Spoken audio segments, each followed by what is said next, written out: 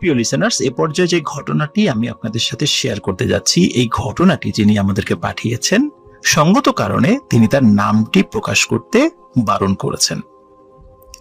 তার বাড়ি সিলেটে। ঘটনাটি যখন ঘটে তখন ছিল 2008 সাল। তখন তিনি বাংলাদেশে ছিলেন না।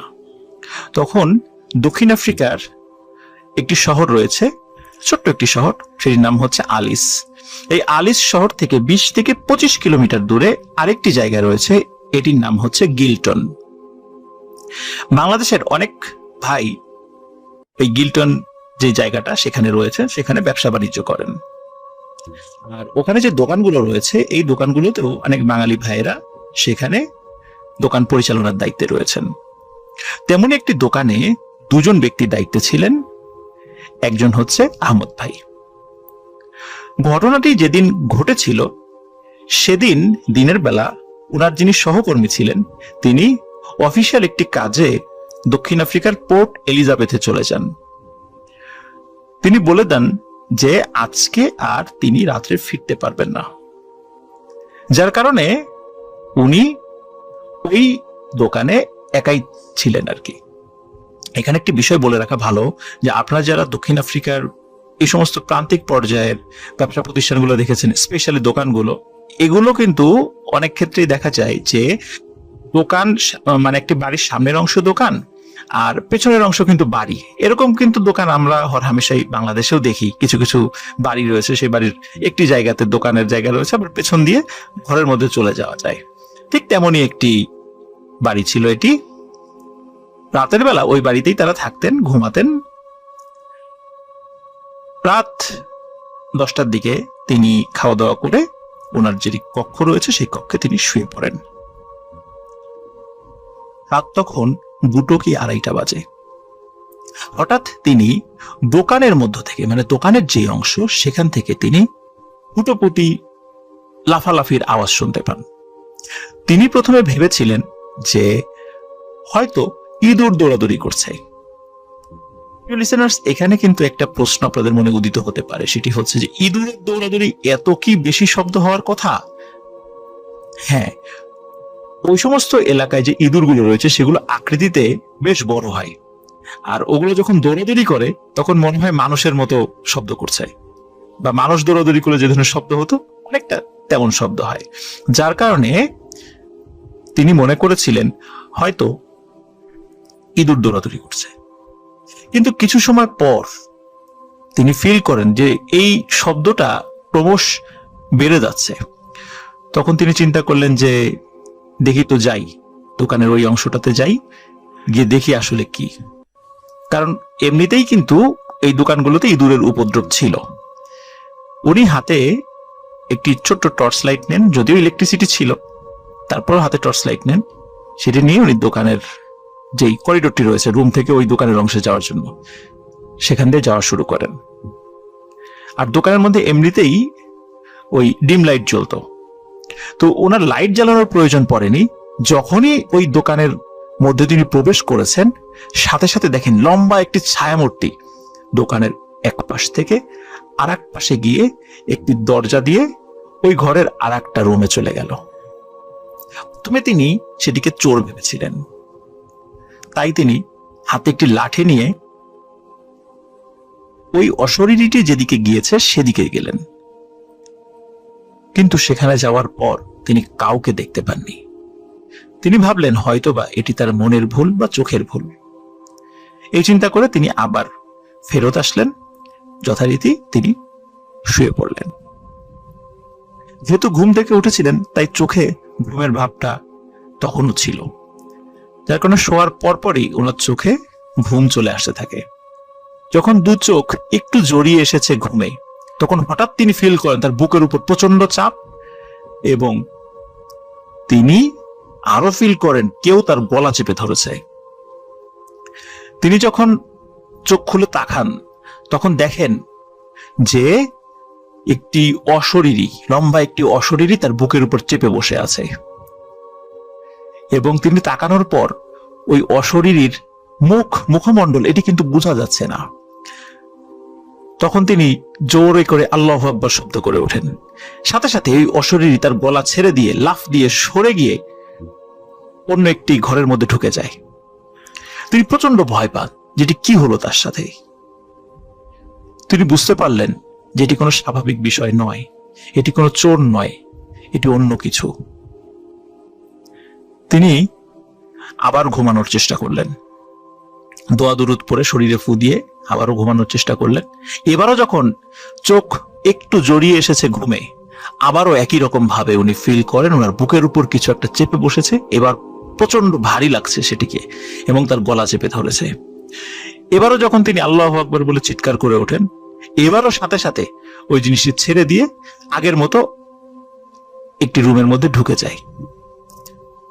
তখন তিনি চিন্তা করলেন যে এভাবে তো আর ছেড়ে দেয়া যায় না, আমাকেও কিছু করতে হবে। তখন তিনি উঠে গিয়ে একটা লম্বা চাকু, দক্ষিণ আফ্রিকার ভাষায় সেটিকে পাঙ্গা বলা হয়, এই লম্বা একটি চাকু সাথে নিয়ে রাখলেন। চিন্তা করলেন এবার দেখি কে আসে। তিনি শুনেছিলেন যে হাতের কাছে লোহা থাকলে সাধারণত ভূত প্রেত আসতে পারে না। তিনি যখন এবারও ঘুমানোর চেষ্টা করছিলেন, যখন একটু চোখ জড়িয়ে এসেছে, হঠাৎ একই রকম ভাবে আবারও সেই ভয়ানক অশরীরীটি তার বুকের উপর চেপে বসে। এবার তিনি হাতের পাশে থাকা সেই লম্বা চাকুটি নিয়ে যখনই আঘাত করতে যাবে, এক হাত দিয়ে ওই হাতের হাতের পাশেই ওই চাকুটি রেখেছিল, যখনই সেটিকে আঘাত করতে যাবে তখনই ওই অশরীরীটি আবারও ছেড়ে দিয়ে চলে যায়। সারা রাত তিনি আর ঘুমাতে পারেননি, ঘরে লাইট জ্বালিয়ে রেখেছিলেন। এরপর থেকে তার সাথে আর কোনো ধরনের ঘটনা, বিশেষ করে এই ধরনের অশরীরী বুকের উপর বসে গলা চেপে ধরছে, এই ধরনের কোনো ঘটনা ঘটেনি। পরবর্তীতে তিনি খোঁজ খবর নিয়েছেন, তিনি জানতে পারলেন যে এরকম মাঝে মাঝেই নাকি ওইখানে রাতের বেলা এই ধরনের ঘটনা ঘটে। এটি ছিল ওনার পাঠানো ঘটনার প্রথম অংশ। উনি আরেকটি অংশ পাঠিয়েছেন, সেটি হচ্ছে যে ওই বাড়িতেই যেখানে তিনি থাকতেন, যেটার সাথে দোকান রয়েছে, সেখানে ওনার মামা এসেছেন। তো ওনার মামার সাথে উনি গল্প করছিলেন ওই দোকানের মধ্যে বসেই আর কি। তো ওনার মামা হঠাৎ তার কাছে চা খেতে চাইলেন। তো তিনি তখন বললেন, মামা তুমি বসো, আমি চা বানিয়ে নিয়ে আসি। তিনি যখনই চা বানানোর জন্য রান্নাঘরে ঢুকেছেন, তখন দেখলেন যে প্রকাণ্ড এক বিড়াল। বিড়ালটি দেখে উনি প্রথমে ভয় পেয়েছিলেন। বিড়ালটি তাকে দেখে দৌড়ে পালানোর চেষ্টা করে, কিন্তু তখন তিনি তার মামাকে বললেন, মামা দোকানের দরজাটা লাগিয়ে দাও। ওটাকে দক্ষিণ আফ্রিকার ভাষায়, বিশেষ করে আমরা যে কেচি গেট বলি বা গ্রিল বলি, দক্ষিণ আফ্রিকার ভাষায় ওটাকে বাগলার বলা হয়। তিনি তখন মামাকে বললেন যে মামা বাগলারটা লাগিয়ে দাও। মামাও দ্রুত যখন বাগলারটা লাগিয়ে দিয়েছে, তখন তো ওই বিড়ালের বের হওয়ার আর কোনো জায়গা নেই। বিড়ালটি আটকানোর পিছনে ওনার কারণ ছিল যে যেহেতু দোকানে ইঁদুরের উপদ্রব বেশি, যদি একটি শক্তিশালী বড় আকৃতির বিড়াল পালা যায় তাহলে ওই ইঁদুরগুলোর উপদ্রব কমে আসবে। যেহেতু ইঁদুরগুলোর আকৃতিও বড়, তাই তার জন্য একটা বড় আকৃতির বিড়ালও প্রয়োজন ছিল।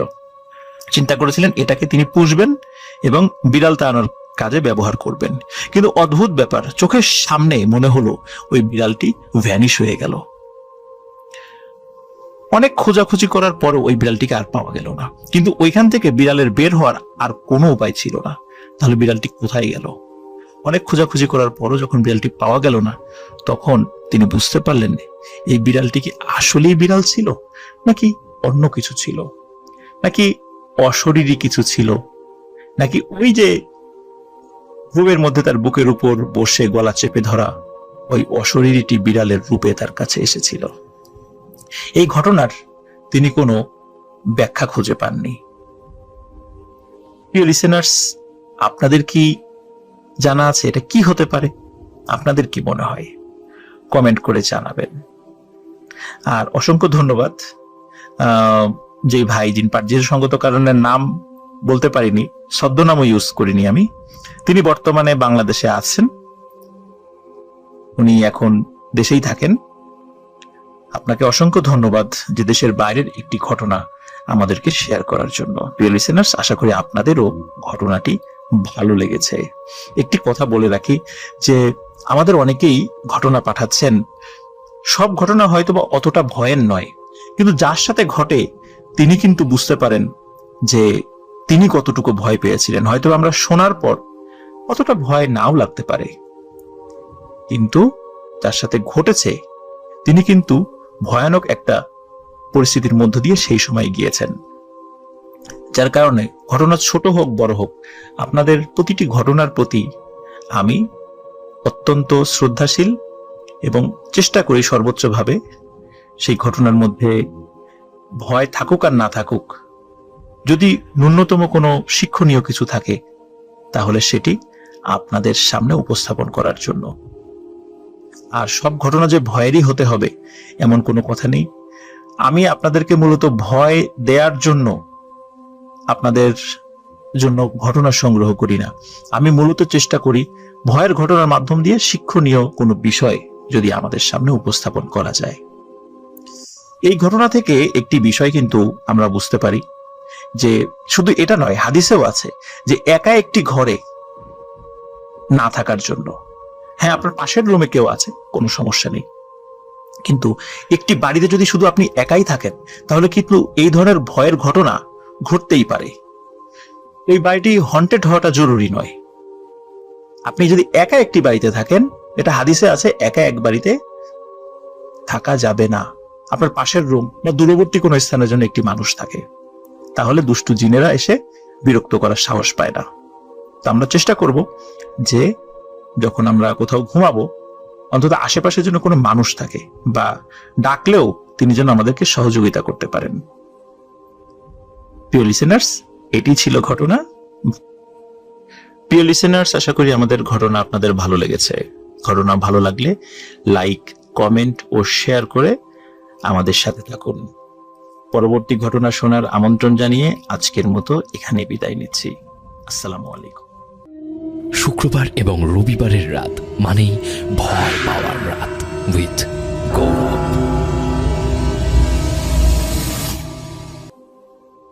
প্রিয় লিসেনার্স, এখন যে ঘটনাটি আমি আপনাদের সাথে শেয়ার করতে যাচ্ছি, এই ঘটনাটি আমাদেরকে পাঠিয়েছেন মোহাম্মদ আশরাফুল ইসলাম ভাই। তিনি একজন রেমিটেন্স যোদ্ধা, আমাদের একজন প্রবাসী ভাই, যিনি সুদূর মালয়েশিয়ার কুয়ালালামপুর থেকে এই ঘটনাটি লিসেনারদের উদ্দেশ্যে পাঠিয়েছেন।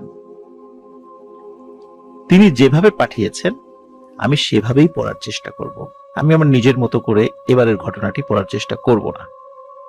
আশা করছি ঘটনাটি আপনাদের ভালো লাগবে। যদিও ঘটনাটি ছোট, এই ঘটনাটি ওনার বাবার সাথে ঘটেছিল, একটি সত্য ঘটনা। আশা করছি ঘটনাটি আপনারা মনোযোগ দিয়ে শুনবেন এবং ফিল করার চেষ্টা করবেন।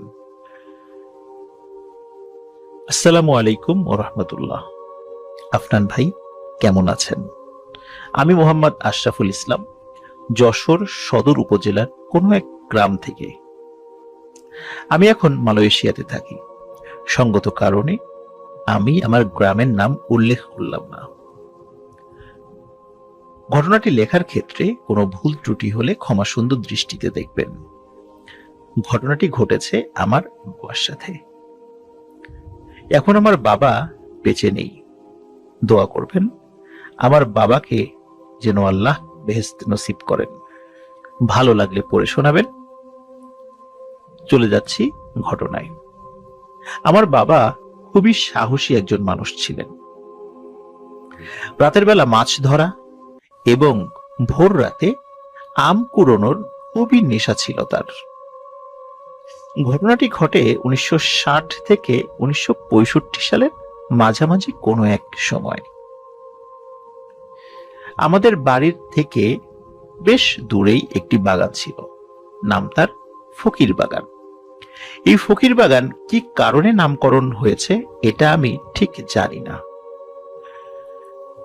এক রাতে বাবা আম কুড়োতে আসবে, এই জন্য তিনি আগে থেকেই সেই বাগানে দিনের বেলা গিয়েছিলেন। তিনি গিয়ে দেখলেন যে বাগানে যে আম গাছগুলো রয়েছে সেই আম গাছে আম পেকে গিয়েছে। তো উনি চূড়ান্ত সিদ্ধান্ত নিলেন যে আজ রাতেই তিনি আম কুড়োবেন। তো যে ভাবা সেই কাজ। প্রতি রাতের মতো তিনি খাওয়া দাওয়া শেষ করে ঘুমিয়ে পড়লেন। হঠাৎ করে রাতে ওনার ঘুম ভাঙে, আর ওনার ঘুম স্বাভাবিকভাবেই ভেঙে যায় ফজরের আজানের কিছু আগে বা ফজরের আজানের পরপরই। তখন আমার বাবা মনে করলেন এখন ফজরের আজান দিয়ে দিয়েছে হয়তো। তখন তিনি তাড়াতাড়ি করে উঠে পড়লেন এবং হাতে একটি লাঠি, আম রাখার জন্য একটি ঝুড়ি এবং পায়ে কাঠের জুতা, যেটাকে আমরা খড়ম বলি, সেটি পায়ে দিয়ে বেরিয়ে পড়লেন।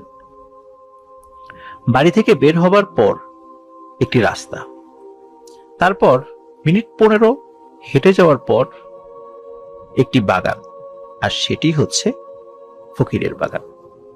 এই বাগানের ভিতর দিয়ে পায়ে হাঁটা রাস্তা রয়েছে।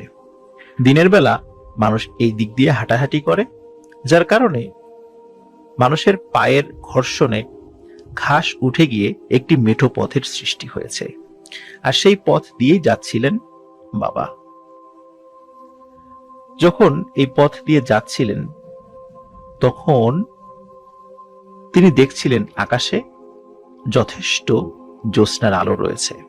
যেহেতু যেই মেঠো পথ দিয়ে যাচ্ছিলেন এই পথের উপর দিকে গাছের ছায়া ছিল না, যার কারণে সরাসরি রাতের বেলা জ্যোৎস্নার আলো এই রাস্তায় পড়ত। রাস্তার দুধারে এই ফকির বাগানের বিভিন্ন ধরনের গাছপালা রয়েছে, তার মধ্যে আম গাছই বেশি রয়েছে।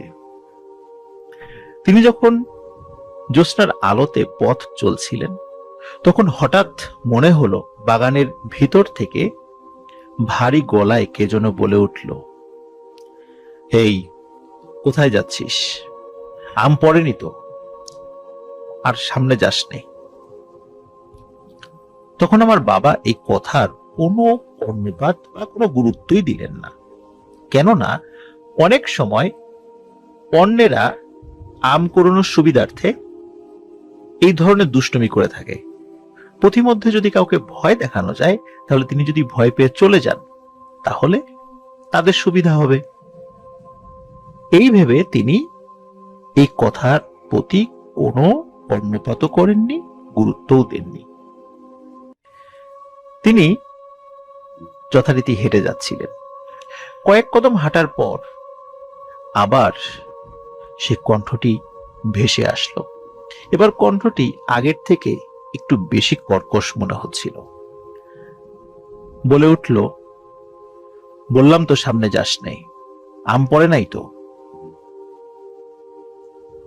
এ কথা শোনার পর বাবা ভাবলেন আবারও কেউ দুষ্টুমি করছে, তাই তিনি শুনেও না শোনার ভান করে সামনের দিকে এগিয়ে যাচ্ছিলেন।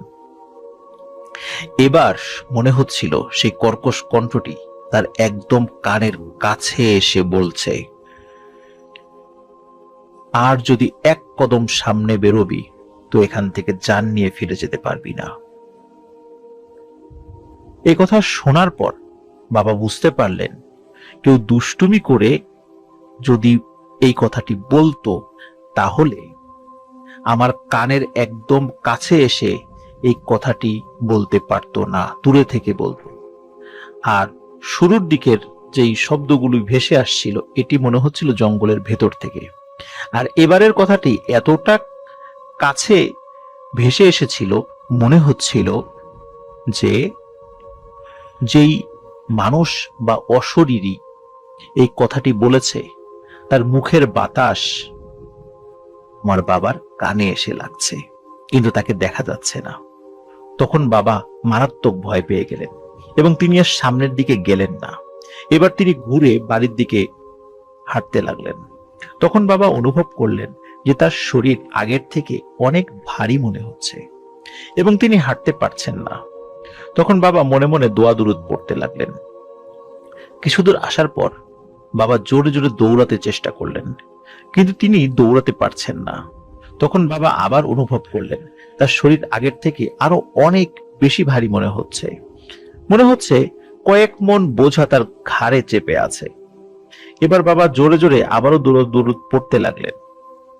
যখন বাবা বাড়ির কাছাকাছি রাস্তায় চলে আসলেন তখন তার শরীরের ওজন তিনি কম অনুভব করেন। তখন তিনি জোরে জোরে দৌড়াতে থাকেন। তিনি যখন একদম বাড়ির কাছে চলে আসেন, তখন পেছন থেকে সেই কর্কশ কণ্ঠ অট্ট হাসি দিয়ে বলতে লাগলো, আজ তুই বেঁচে গেলি, কিন্তু এত রাতে যদি আবার এই বাগানে আসিস তাহলে কিন্তু বেঁচে ফিরতে পারবি না। বাবা বাড়িতে ঢুকে গেলেন, কিন্তু বাড়িতে ঢোকার পর কোনো চিৎকার চেঁচামেচি করেননি।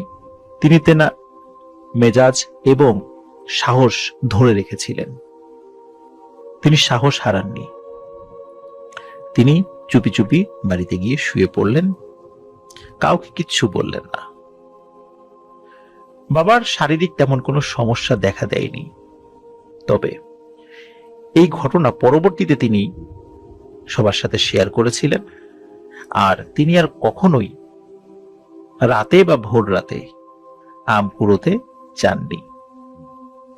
এটি ছিল আমার বাবার সাথে ঘটে যাওয়া 100% সত্য একটি ঘটনা। এমন আরো অনেক ঘটনা আমার কাছে আছে, ভালো লাগলে পড়ে শোনাবেন। যদি ঘটনাটি সিলেক্টেড হয় তাহলে অনেক অনেক খুশি হব। ধন্যবাদ। আপনাকেও ধন্যবাদ মোহাম্মদ আশরাফুল ইসলাম। আপনি প্রবাস জীবনে অনেক কষ্ট করে দেশের জন্য, নিজের পরিবারের জন্য কাজ করে যাচ্ছেন এবং এর মধ্য দিয়ে সময় বের করে আমাদেরকে ঘটনাটি পাঠিয়েছেন। আশা করছি আপনার সামনের ঘটনাগুলো আরো অনেক অনেক সুন্দর হবে, সেই প্রত্যাশায় থাকলেন।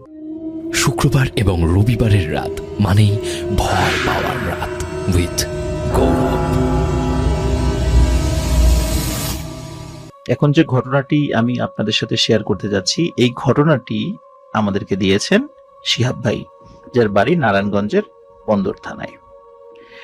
এই ঘটনাটি খুবই অদ্ভুত একটি ঘটনা, যা কিনা আপনাদের সবার ভালো লাগবে এবং নতুন করে কোনো বিষয় সম্পর্কে ভাবাতে সাহায্য করবে, যা আসলে কি এই ধরনের ঘটনা ঘটতে পারে।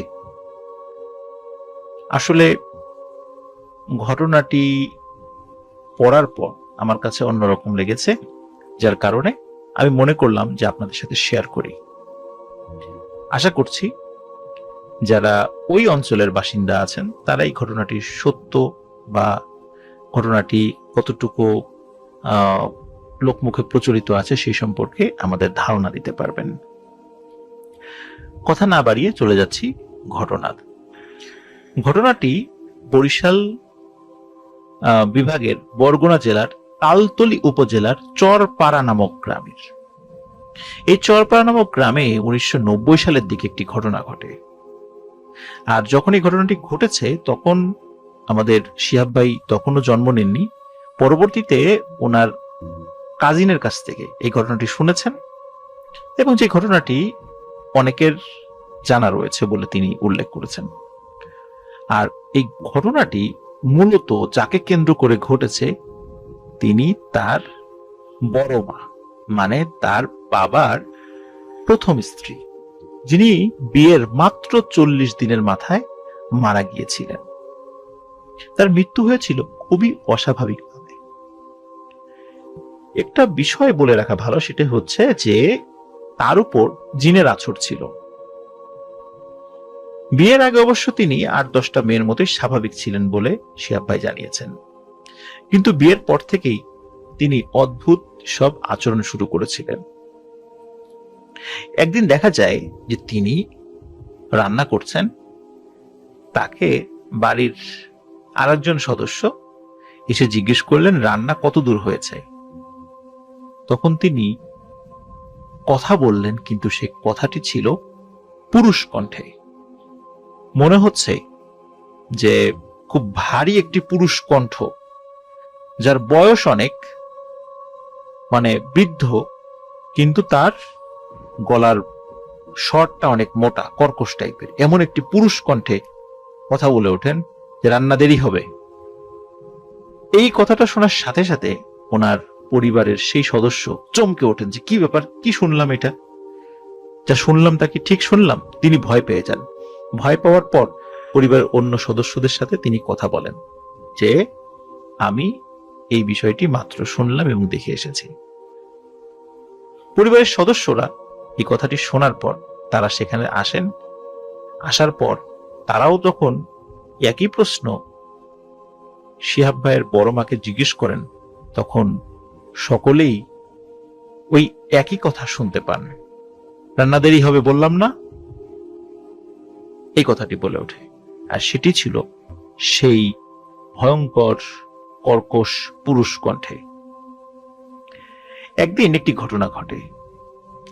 দেখা যায় যে শিহাব ভাইয়ের বড় মা, উনি একটি লম্বা নারকেল গাছে, অনেক লম্বা গাছ ছিল সেটি, কেউ ভয়ে সেখানে উঠতে চাইতো না, মানে এতটা লম্বা ছিল, চিকন ছিল, উঠলে যদি আবার ভেঙে টেঙে পড়ে যায়।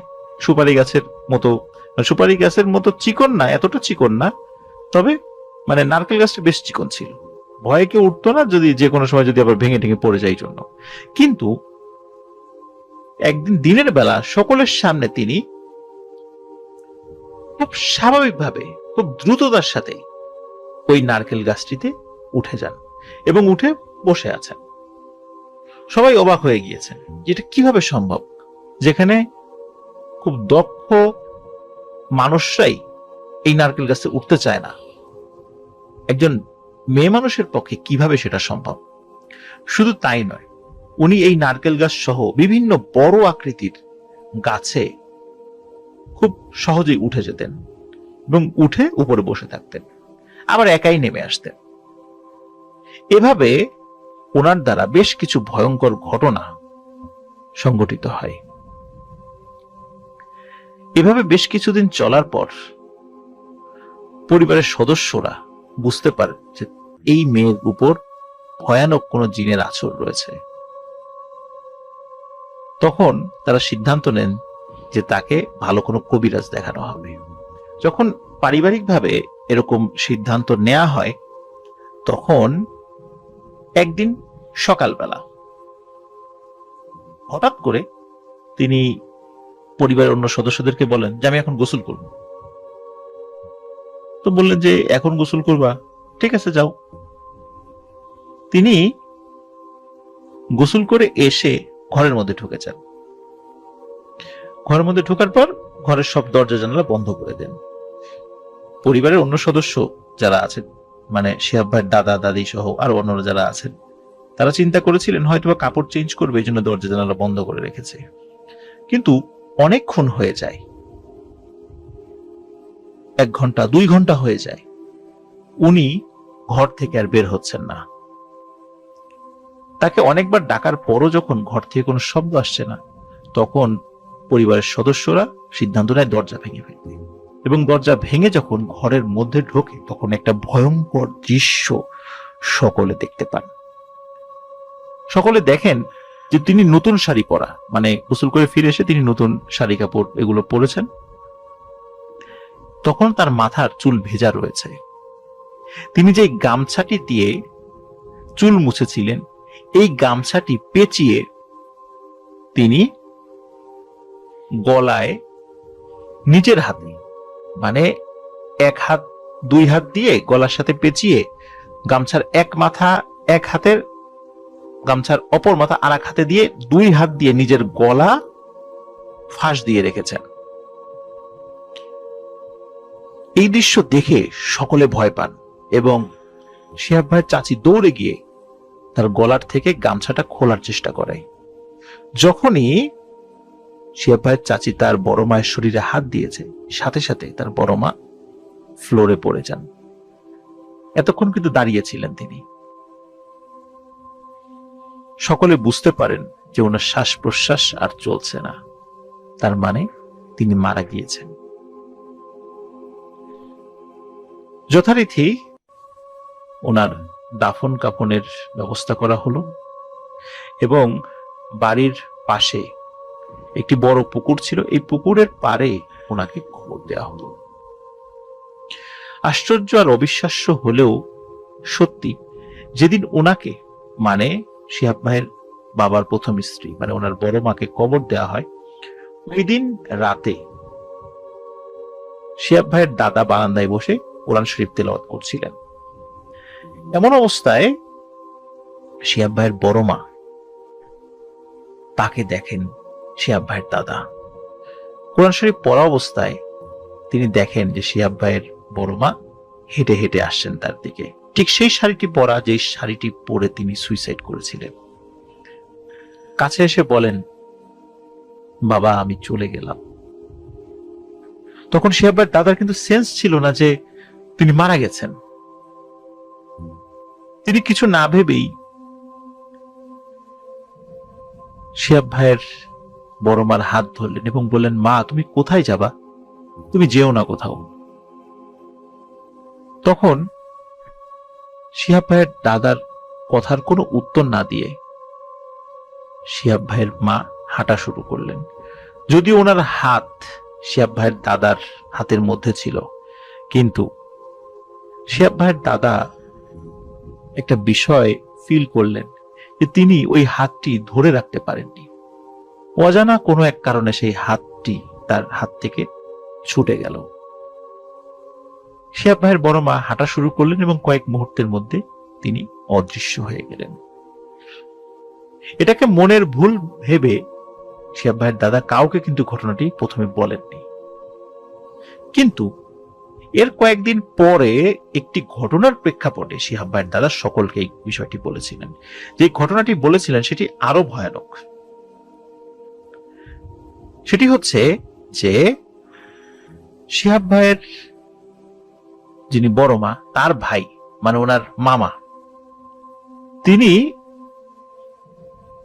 একদিন শিহাব ভাইয়ের দাদা বাড়ি এসেছেন। এসে ওনার দাদাকে বলছেন যে আমার বোন মারা যায় নাই। তখন সবাই বলে যে এটা কিভাবে সম্ভব, আমরা নিজেরা তাকে দাফন করলাম, মারা যায় নাই মানে এটা কিভাবে সম্ভব হবে? তখন বলে হ্যাঁ সম্ভব, আমার বোন প্রতিদিন রাতে আমাদের বাড়িতে একটি তাল গাছ রয়েছে, এই তাল গাছের নিচে এসে আমার সাথে দেখা করে এবং আমাকে বিভিন্ন ধরনের ফলমূল দিয়ে যায়। এই কথা শোনার পর শিহাব ভাইয়ের দাদা ওই এলাকার একজন কবিরাজের সাথে পুরো বিষয়টি নিয়ে কথা বলেন। ওই কবিরাজটি খুবই ভালো মানের একজন কবিরাজ ছিলেন, বিভিন্ন ধরনের প্যারানর্মাল বিষয়ে তার যথেষ্ট দক্ষতা ছিল। আর জিন দ্বারা বিভিন্ন যে ঘটনা, এই ঘটনাগুলো সমস্যার সমাধানে তিনি ছিলেন খুব সিদ্ধহস্ত। সবকিছু শোনার পর ওই কবিরাজ শিহাব ভাইয়ের দাদাকে বললেন যে ওই কবরটি খুঁড়তে হবে, কবরটি খুঁড়ে দেখতে হবে ওই কবরে আসলে লাশ আছে কিনা। সত্যি তাই, দিনের বেলা অনেকের সামনে কবরটি খোঁড়া হলো, কিন্তু আশ্চর্যের বিষয় ওই কবরের মধ্যে বাঁশ চাটাই সবই ছিল, শুধু কবরের মধ্যে ছিল না শিহাব ভাইয়ের মায়ের লাশ। এটা দেখার পর ওই কবিরাজ শিহাব ভাইয়ের দাদাকে বলল, উনি মারা যায় নাই, ওনাকে জিনেরা উঠিয়ে নিয়ে গেছে। যদি কিনা ওনার জানাজার নামাজে ওনার বাবা মানে শিহাব ভাইয়ের নানা আর কি, আর শিহাব ভাইয়ের বাবা মানে শিহাব ভাইয়ের মায়ের হাজবেন্ড, ওনারা দুজন একসাথেই যদি ওই জানাজাতে উপস্থিত না থেকে যে কোনো একজন অনুপস্থিত থাকতো, তাহলেই নাকি জিনদের কাছ থেকে তাকে ফিরিয়ে আনা যেত। যেহেতু ওনার জানাজার নামাজে শিহাব ভাইয়ের বাবা এবং শিহাব ভাইয়ের নানা দুজনই উপস্থিত ছিল, তাই শিহাব ভাইয়ের বড় মাকে জিনদের কাছ থেকে আর ফিরিয়ে আনা সম্ভব নয়। আশ্চর্যের বিষয় যে শিহাব ভাইয়ের বড় মা এখনো নাকি তার পরিবারের সবার সাথে, বিশেষ করে তার ভাইদের সাথে প্রায় সময়ই দেখা করে। এটি কিভাবে সম্ভব? এটি হতে পারে যে কোনো মানুষের সহযোগিতায়, কোনো কবিরাজের সহযোগিতায় কবর থেকে তার লাশটি বের করে আনা হয়েছিল, কারণ জিনেরা কিন্তু কবরের ভেতরে গিয়ে কোনো কাজ করতে পারে না। এটি হয়তো বা কোনো মানুষের দ্বারা ঘটেছে, জিনরা সেখানে সহযোগিতা করেছে। আর এটি হতে পারে যে কারিন জিনের কোনো কাজ। ঠিক নির্দিষ্ট করে বলা মুশকিল আসলেই এই ঘটনাটি কি ঘটছে। আসলেই কি তিনি মারা গিয়েছিলেন? আসলেই কি জিনেরা তাকে নিয়ে গিয়েছে? সত্যি কি তিনি এখনো জীবিত আছেন? খুবই রহস্যময় একটি ঘটনা। ধন্যবাদ শিহাব ভাই, আপনার বড় মায়ের সাথে ঘটে যাওয়া এই ঘটনাটি আমাদের সাথে শেয়ার করার জন্য। আশা করি লিসেনারদেরও ভালো লেগেছে। চলে যাচ্ছি আরো একটি ঘটনায়। শুক্রবার এবং রবিবারের রাত মানেই ভয় পাওয়ার রাত উইথ গৌরব। লিসেনার্স, এখন যে ঘটনাটি আমি আপনাদের সাথে শেয়ার করতে যাচ্ছি, এই ঘটনাটি আমাদেরকে পাঠিয়েছেন শিহাব ভাই, তার বাড়ি নারায়ণগঞ্জের বন্দর থানায়। এই ঘটনাটি যার সাথে ঘটেছে তিনি মানে এই শিহাব ভাইয়ের দুঃসম্পর্কের দাদা হন। ঘটনাটি 1980 সালের দিকের ঘটনা। ওনার সেই দুঃসম্পর্কের দাদার বাড়ি বরগুনা জেলার কোন একটি এলাকাতে। সঙ্গত কারণে তিনি সেই এলাকা এবং তার দাদার নাম উল্লেখ করেননি। 1980 সালের দিকে ওনার দাদার বয়স ছিল 22 কি 23 বছর। ছোটবেলা থেকেই তিনি খুব ডানপিটে, দুষ্টু, রাগী এবং সাহসী মানুষ ছিলেন। এই দুষ্টুমির কারণে বিভিন্ন লোক এসে তার বাড়িতে নালিশ জানাতো। প্রতিনিয়ত এই নালিশ আসতে থাকতো বাড়িতে, যে তোমার ছেলে এই করেছে, এই করেছে। আর এই সমস্ত কারণে তার মা বাবার অসম্মান হতো। একদিন তার বাবা তাকে ধরে নিয়ে খুব করে শাসন করেন এবং মারধর করেন। যেহেতু উনি বেশ রাগী একজন মানুষ ছিলেন, বাবার হাতে মার খেয়ে তিনি খুব মন খারাপ করেন। আর জেদিও মানুষ ছিলেন তিনি, তাই জিদ করে ঘর থেকে বেরিয়ে যান। বরগুনা বা বরিশাল এই অঞ্চলে কিন্তু এখনো যেমন লঞ্চ চলে তখনও চলতো, এবং তখন কিন্তু আজকের মতো এত অত্যাধুনিক লঞ্চ না চললেও ওই সময় স্টিমার চলতো। তখন এটি ছিল খুব জনপ্রিয় একটি যানবাহন, বিশেষ করে নৌযান ছিল আর কি। তো তিনি স্টিমারে করে অজানার উদ্দেশ্যে বের হয়ে যান। উনি জানেন না উনি কোথায় যাবেন। কিছু দূর যাওয়ার পর এক অচেনা লোকের সাথে তার পরিচয় হয়। তিনিও ছিলেন ওই স্টিমারেরই যাত্রী। লোকটির সাথে কিছুক্ষণ কথা বলার পর লোকটি তাকে বলল, আমার এই ব্যাগটি রাখো। এই ব্যাগটি ওই লোকটির কাছে পূর্ব থেকেই ছিল। ব্যাগটি ছিল এমন একটি বাজারের ব্যাগের মতো, কিন্তু কাপড়ের তৈরি একটি ব্যাগ। আর ব্যাগটির মুখ ছিল সুতা বা চিকন দড়ি দিয়ে বাঁধা। তখন দাদা বলল, ঠিক আছে আপনি যান, আমি দেখছি। লোকটি ওয়াশরুমে যাওয়ার জন্য বের হয়েছিল। স্টিমারে তো ওয়াশরুম থাকে, এটা আমরা জানি, স্টিমার বা লঞ্চে। তো তিনি ওয়াশরুমে চলে গেলেন। লোকটি চলে যাওয়ার পর দাদা লক্ষ্য করলো লোকটির দেয়া যে ব্যাগটি তার পাশে রয়েছে, এই ব্যাগটি একবার বড় হচ্ছে, একবার ছোট হচ্ছে, কিন্তু ভেতর থেকে কোনো কিছু নড়াচড়া করছে না। জাস্ট মনে হচ্ছে একবার বড় হচ্ছে, একবার ছোট হচ্ছে। দাদা দেখলো, কিন্তু তার মধ্যে তেমন কোনো অস্বাভাবিকতা কাজ করলো না। এভাবে কিছুক্ষণ দেখার পর ওই লোকটি মানে যার মূল মানে এই ব্যাগটির মালিক আর কি, তিনি ওয়াশরুম থেকে ফিরে আসলেন। তিনি এসে শিহাব ভাইয়ের দাদাকে জিজ্ঞেস করলো, তুমি ব্যাগটি কি ভালো করে লক্ষ্য করেছিলে? দাদা উত্তরে বলল, হ্যাঁ লক্ষ্য করেছিলাম। তখন লোকটি বলল, তুমি কি কিছু দেখেছো বা তুমি কি কিছুই দেখোনি? দাদা বলল, হ্যাঁ আমি দেখেছি, মনে হলো এই ব্যাগটি একবার ছোট হচ্ছে, একবার বড় হচ্ছে, একবার বড় হচ্ছে, একবার ছোট হচ্ছে। তখন লোকটি বলল, তুমি কি ভয় পাওনি? তখন দাদা বলল, না না, ভয়ের কি আছে। লোকটি বলল, তুমি কি আমার সাথে চট্টগ্রাম যাবে? আমি তোমাকে নিয়ে যাব। আমার মনে হয় তোমাকেই আমার প্রয়োজন। যেহেতু দাদা বাড়ি থেকে রাগ করে চলে এসেছিল, তাই তিনি সহসাই বাড়িতে ফিরবেন এরকম নিয়ত তার ছিল না। আর যেহেতু এমন একটি অফার পেয়ে গেল দীর্ঘদিন বাড়ি থেকে বাইরে থাকার, তাই তিনি এই অফারটি লুফে নিলেন। তিনি সাথে সাথে ওই লোকটির সাথে চট্টগ্রামে যেতে রাজি হয়ে গেলেন।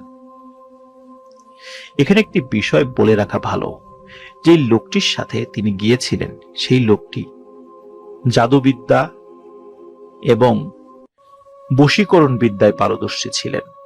এই বশীকরণ বিদ্যা দিয়ে তিনি মানুষ এবং জিনকেও বশীভূত করে ফেলতে পারতেন। হয়তোবা তার এক কথাতেই দাদু এই কারণেই রাজি হয়ে গিয়েছিলেন। দাদু দীর্ঘ 6 বছর লোকটির সাথে থাকলো। লোকটির কাছ থেকে তিনি ব্ল্যাক ম্যাজিক বা জাদুবিদ্যা শিখলেন। এই দীর্ঘ 6 বছর তিনি আসলে কি শিখেছিলেন বা কিভাবে ছিলেন তেমন কোনো বর্ণনা তিনি কাউকে দিতেন না। তবে তিনি এই ধরনের কাজ শিখেছিলেন সেটি তিনি বলেছেন। 6 বছর পর দাদু যখন তার গ্রামের বাড়িতে ফিরে আসেন, তখন তার পরিবারের সদস্যরা তাকে পেয়ে অনেক খুশি হয়। তার অনেক পুরাতন বন্ধু বান্ধবদের সাথে দেখা হয়। যেহেতু অনেকদিন পর এসেছে, এই জন্য দীর্ঘ সময় তিনি বন্ধু বান্ধবদের সাথেই আড্ডা দিয়ে কাটাতেন। একদিন ঘটে একটি ঘটনা। কোন এক বিকালে শিহাব ভাইয়ের দাদা এবং তার কিছু বন্ধু বান্ধব রাস্তার পাশে দাঁড়িয়ে গল্প করছিল। এই সময়ে একটি সুন্দরী মেয়ে তার মায়ের সাথে হেঁটে যাচ্ছিল। যেহেতু মেয়েটি সুন্দরী ছিল, তাই দাদার এক বন্ধু মেয়েটির দিকে এক দৃষ্টিতে তাকিয়ে থাকেন। তখন শিহাব ভাইয়ের দাদা তার সেই বন্ধুকে ঠাট্টাচ্ছলে বললেন, কিরে, তোর কি এই মেয়েটিকে ভালো লেগেছে? তখন দাদার বন্ধু লজ্জা মুখে বলল, হ্যাঁ, ভালো লেগেছে। তখন দাদা বলল, আচ্ছা, মেয়েটি যদি ছুটে এসে তোর হাত ধরে কেমন হয়? তখন দাদার বন্ধু বলল, আরে ধুর, আমি তো মশকরা করেছি, এটাও কি সম্ভব নাকি? যা, বাদ দে। তখন দাদা বলে, না না, এটা যদি আমি সম্ভব করে দেখাইতে পারি তাহলে কি হবে? তখন তার বন্ধু বলল, আচ্ছা ঠিক আছে, দেখাতো, তবে আমার মনে হয় না এটা কখনো সম্ভব। তখন দাদা যে কাজটি করেন সেটি হচ্ছে, তার মাথায় একটি টুপি ছিল। এই টুপিটি তিনি খুলে সেটিকে উল্টো করে ফেলেন। যেহেতু এটা কাপড়ের টুপি ছিল, সহজেই উল্টো করে ফেলা গেছে, এবং ওই টুপির মধ্যে একটি ফু দিয়ে তার সেই বন্ধুর মাথায় পরিয়ে দিলেন। অদ্ভুত ব্যাপার, অল্প সময়ের মধ্যে মেয়েটি ছুটে এসে দাদা সেই বন্ধুর হাত ধরল। এমন ভাবে কথা বলতে থাকলো, মনে হলো ওই মেয়েটি দাদার সেই বন্ধুর প্রেমে হাবুডুবু খাচ্ছে। কিন্তু এটা কিভাবে সম্ভব হলো? ওই মেয়েটিকে আগে কখনো দাদার বন্ধু দেখেইনি, এবং ওই মেয়েটিও কখনো দাদার ওই বন্ধুকে দেখেনি। তাদের সাথে ইতোপূর্বে কোনো কথাবার্তাও হয়নি।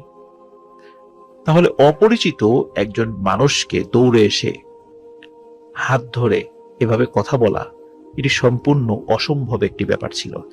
চারদিক থেকে সবাই সেই দৃশ্য দেখছিল। এই অদ্ভুত এই বিষয়টি। কিছু কিছু বন্ধু দাদার তারিফ করতে থাকলো যে, হ্যাঁ, তুই অসম্ভবকে সম্ভব করে দেখিয়েছিস, আসলে তুই কিছু জানিস। মেয়েটির মা, তিনি বুঝতে পারলেন যে এই যে ঘটনাটি ঘটেছে, এটা আসলে বশীকরণ বিদ্যা তার মেয়ের উপর প্রয়োগ করা হয়েছে, যার ফলে তার মেয়ে আসলে তার কোনো সেন্সই নেই, এবং সে সেই কাজটি করে যাচ্ছে যেটি এই বশীকরণ বিদ্যার মাধ্যমে তাকে করতে আদেশ করা হয়েছে। তখন মেয়েটির মা দাদুর হাত ধরে কান্নাকাটি করতে থাকেন, বলেন, তুমি আমার মেয়েকে ছেড়ে দাও, আমার মেয়ের উপর থেকে তোমার এই মন্ত্র তুলে নাও। আসলে দাদু কোনো খারাপ মানুষ ছিলেন না, তিনি ভালো মানুষ ছিলেন। তিনি আসলে নিছক ঠাট্টার ছলে বন্ধুদেরকে দেখানোর উদ্দেশ্যে এই কাজটি করেছিলেন। তখন দাদু ওই বন্ধুর মাথার থেকে টুপিটি খুলে নেন।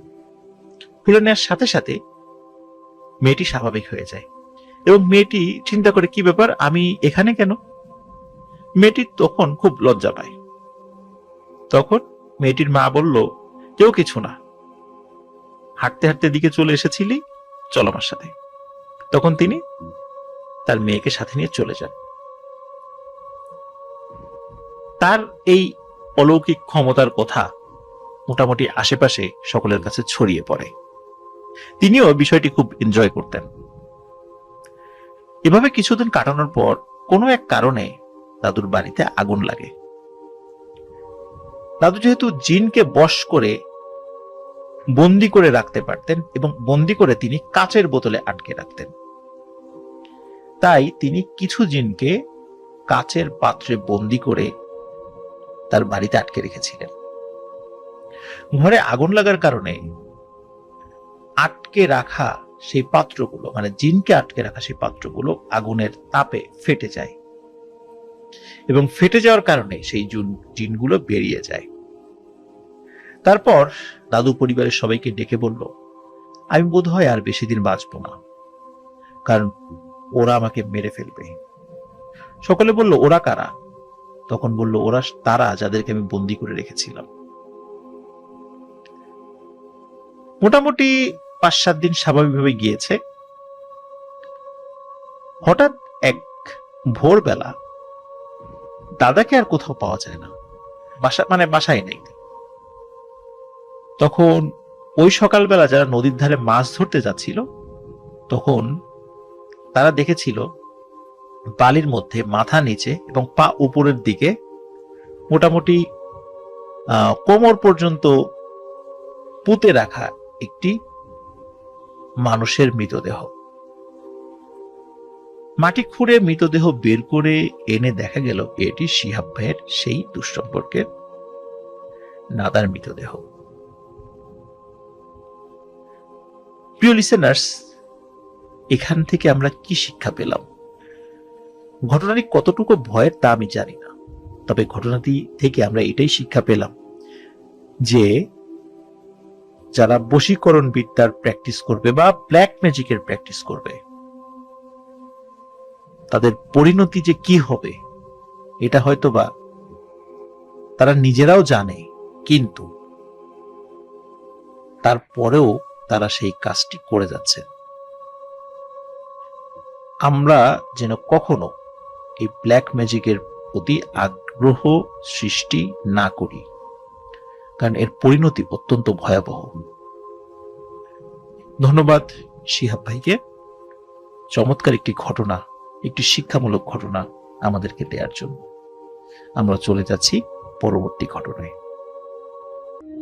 শুক্রবার এবং রবিবারের রাত মানেই ভয় পাওয়ার রাত উইথ গৌরব। চলুন আজকের এই এপিসোডটাকে করে তুলি অসাধারণ, অনেক বেশি ভয়ের, যাতে রাত্রিবেলা ঘুমানোর সময় ঘুম না আসে এবং প্রেত কথার পরপর আরও অনেকগুলো এপিসোড আপনারা শুনতে থাকেন। আমি গৌরব আছি আপনাদের সঙ্গে, সাউন্ডে সৌম্যদীপ, গ্রাফিক্সে অনিকেত। শুরু হচ্ছে প্রেত কথার 599 নম্বর এপিসোড। যেভাবে লিখে পাঠিয়েছেন ঠিক সেভাবেই পড়ে শোনাচ্ছি।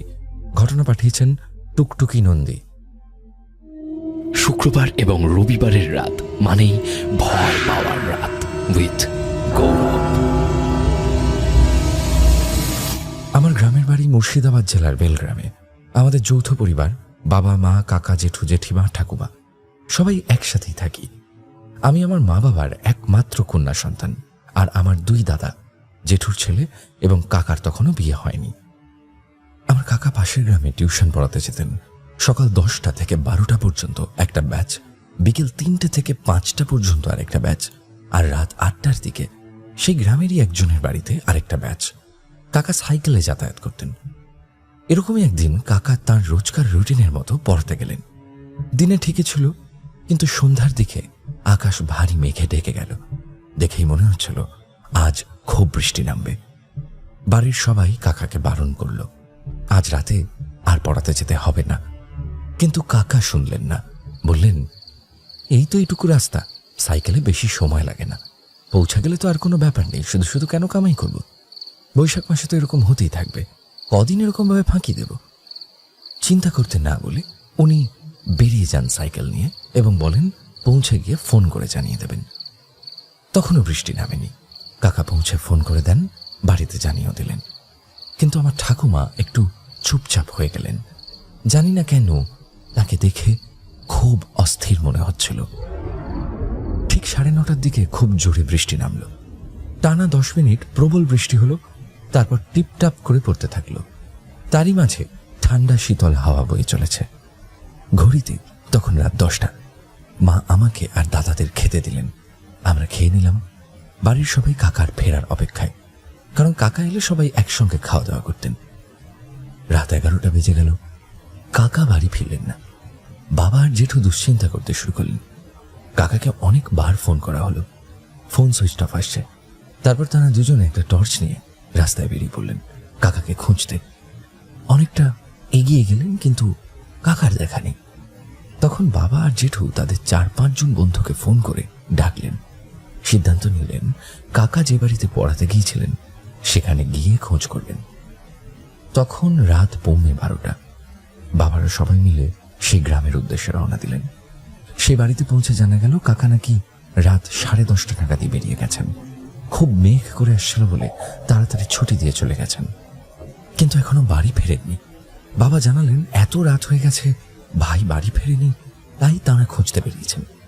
বেরিয়ে আসার সময় সেই বাড়ির বছর 50-এর একজন লোক বললেন, গ্রাম থেকে বেরোনোর একটা শর্টকাট রাস্তা আছে, তাড়াহুড়োয় যদি ওই রাস্তায় গিয়ে থাকে সেদিকটা একবার দেখতে। বাবা একটু ভয় পেলেন, কারণ ওই রাস্তায় কেউ একা যেতে সাহস পায় না।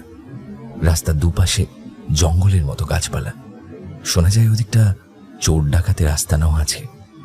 সন্ধ্যার পর কেউ ওইদিকে পা বাড়ায় না। বাবা আর জেঠুর বন্ধু মিলে প্রায় 12 জন ছিলেন। একজন বললেন, চলো তবে ওদিকটা গিয়ে দেখি একবার। বাবারা সবাই মিলে সেই রাস্তা ধরে এগোতে শুরু করলেন। কিছু দূর যাওয়ার পর রাস্তার মাঝে সাদা কাপড়ে ঢাকা দিয়ে কাউকে পড়ে থাকতে দেখলেন সবাই। বাবা আর জেঠু আস্তে আস্তে সেদিকে এগিয়ে গেলেন। বাবা টর্চটা জ্বালিয়ে দেখতে যাবেন, ঠিক তখনই সেই সাদা কাপড় মোড়া লোকটা উঠে বসল, চাদরটা টেনে সরিয়ে ফেলল। সবাই চমকে উঠল। কাকা! বাবা চিৎকার করে বললেন, তুই এখানে কি করছিস ভাই? তোর মুখটা এরকম ফ্যাকাশে কেন? কাকা চুপ করে রইলেন, কিছুক্ষণ কোনো কথা বললেন না। তারপর ভয়ঙ্কর একটা আওয়াজে বললেন, চলে যা এখান থেকে, তা না হলে তোদেরও এমন হাল হবে।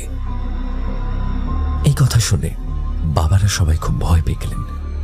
জেঠু তবু কাকার কাছে গিয়ে বললেন, এসব নাটক বন্ধ করে বাড়ি চল। যদিও সবাই বুঝে গেছেন এটা কোনো নাটক নয়, অতিরিক্ত খারাপ কিছুর আভাস, কিন্তু সেদিকে পাত্তা না দিয়ে জেঠু কাকার হাতটা ধরে তুলতে গেলেন। কাকা এক ঝটকায় জেঠুর হাত সরিয়ে দিলেন। তারপর খুব জোরালো কণ্ঠে কাঁদতে শুরু করলেন। কেউ কিছু ভেবে পাচ্ছেন না এই পরিস্থিতিতে কি করা উচিত। জেঠু নিজেকে সামলে নিয়ে কাকাকে সজোরে একটা চড় মারলেন। কাকা সেখানে জ্ঞান হারালেন। কোনো রকমে কাকাকে বাড়িতে আনা হলো। বাবার জেঠুর বন্ধুরা যে যার বাড়ি ফিরে গেলেন। কাকার তখনও জ্ঞান ফিরছে না দেখে ঠাকুমা একটু গঙ্গা জল এনে কাকার মুখে চোখে ছিটিয়ে দিলেন। কিছুক্ষণের মধ্যে কাকার জ্ঞান ফিরল, কিন্তু কাউকে কিছু বললেন না। চুপচাপ উঠে নিজের রুমে চলে গেলেন। মা কাকার ঘরে খাবার দিতে গেলেন। কাকা শুধু বললেন যে শরীরটা ভালো লাগছে না, আর কিছু খাবেন না। কেউ আর জোরও করলেন না। সবাই টুকটাক কিছু মুখে দিলেন। রাত তখন 2টো, কারোর মনের অবস্থাই ঠিক নেই। সবাই নিজের নিজের ঘরে গিয়ে শুয়ে পড়লেন। সবার মনে একটাই দুশ্চিন্তা। আসলে কাকা সবার কাছে খুব আদরের ছিলেন। কাকার যখন 4 বছর বয়স তখন দাদু মারা যান। বাবা আর জেঠু তখন একটু বড়, তো তারা তাদের ছোট ভাইকে সন্তান স্নেহে বড় করেছেন। তাই কাকার হঠাৎ এমন অবস্থা কেউ মেনে নিতে পারছেন না। সবার চোখ একটু বুজে এসেছে। আর ঠিক তখনই আবার সেই কান্নার আওয়াজ। ঠাকুমার ঘরটা কাকার রুমের ঠিক পাশে। ঠাকুমা বুঝতে পারলেন আওয়াজটা কাকার ঘর থেকেই আসছে। ঠাকুমা উঠে পড়লেন, জেঠুকে ডাকলেন। জেঠু সব দিকে আলো জ্বেলে বাবাকে ডাকলেন। বাড়ির সবাই উঠে পড়লেন। কাকার ঘরের দরজায় টোকা দিতে যাবেন তার আগেই দরজাটা খুলে গেল। দরজাটা হয়তো ভেজানো ছিল। বাবা ডাকলেন, ভাই, এই ভাই, তুই এমন কেন করছিস? কাকা তখন পুরুষ এবং মহিলা কণ্ঠের মিশ্রণে বললেন, কে তোর ভাই? আমি তো নুরজেলা। সবাই অবাক হয়ে গেলেন কাকার মুখে এই নাম শুনে, কিন্তু সবাই আঁচ করতে পারলেন এটা কোনো ভৌতিক ব্যাপার না হলে এমনটা হওয়া সম্ভব না। কাকা আবার ঘুমিয়ে পড়লেন। সেই রাতটা সবাই কাকার রুমে বসেই কাটালেন। সকাল হতেই জেঠু তান্ত্রিকের খোঁজে গেলেন, কিন্তু সেখানে গিয়ে জানতে পারলেন তান্ত্রিক তাঁর সাধনার জন্য তারাপীঠে গেছেন। তার ছেলে জানালো বাবা কোথায় বসে সাধনা করছেন সেটা কেউ জানে না, তবে পরশু সকালে ফিরবেন বলে বলে গেছেন। 2 দিন অপেক্ষা করতে হবে, তাছাড়া আর কোনো পথ খোলা নেই। জেঠু অসহায় হয়ে ফিরে এলেন। কারো মন মেজাজ ভালো নেই। কোনো রকমে দিনটুকু পার হয়ে গেল। কাকা চুপচাপ বসে আছেন, কারোর সঙ্গে তেমন কোনো কথা বলছেন না। রাত 10টায় সবাই কিছু মুখে দিয়ে যে যার ঘরে শুতে গেলেন, কিন্তু ঠাকুমা কাকার পাশে গিয়ে শুলেন, কারণ কাকাকে একা রাখা যাবে না, যদি কিছু অঘটন ঘটে ফেলে। রাত বাড়তে লাগলো। ঠিক 12টা নাগাদ ঠাকুমার ঘুম ভেঙে গেল। পাশে দেখলেন কাকা নেই। এদিক ওদিক তাকালেন, কাকাকে কোথাও দেখতে পেলেন না। ঠিক যখন বাইরে বেরিয়ে দেখতে যাবেন, তখনই ঠাকুমার মাথায় কি যেন একটা জলের মতো পড়ল। ঠাকুমা উপরে তাকালেন, যা দেখলেন তাতে ভয় আঁতকে উঠলেন। কাকা সিলিংয়ে টিকটিকির মতো খামচে ধরে উল্টে ঝুলে আছেন। ঠাকুমা ভয় চিৎকার করে উঠলেন। বাড়ির সবাই জেগে গেলেন, যে যার ঘর থেকে ছুটে এলেন। সবাই এই দৃশ্য দেখে আতঙ্কিত হয়ে পড়লেন। ঠিক তখনই কাকা হঠাৎ করে একটা লাফ দিয়ে জেঠুর কাঁধে চেপে বসলেন। জেঠু অনুভব করলেন তার ঘাড়ের উপর যেন 100 কেজির ভার কেউ চাপিয়ে দিয়েছে। ঘাড় ঝুঁকে পড়ল ব্যথায়। কেউ কাকাকে নামাতে পারছেন না। তখন মা ছুটে গিয়ে ঠাকুরের পায়ের রোজকার দেওয়া ফুল আর সিঁদুর নিয়ে এসে কাকার মাথায় চেপে ধরলেন। ঠিক সেই মুহূর্তে কাকা নিস্তেজ হয়ে মাটিতে পড়ে গেলেন। বাবার জেঠু কাকাকে ধরে বিছানায় শোয়ালেন। তার কিছুক্ষণ পর থেকেই কাকার প্রচন্ড জ্বর এলো আর শ্বাস নিতে সমস্যা শুরু হলো। ডাক্তার ডাকা হলো, বাড়িতে প্রাথমিক চিকিৎসা করা হলো, ইঞ্জেকশন, ওষুধ, কিন্তু কোনো উন্নতি হলো না। এইভাবে 2 দিন কেটে গেল। কাকার অবস্থা আগের চেয়ে আরো খারাপ হলো। বাড়ির সবাই এক প্রকার মন থেকে ভেঙে পড়েছেন।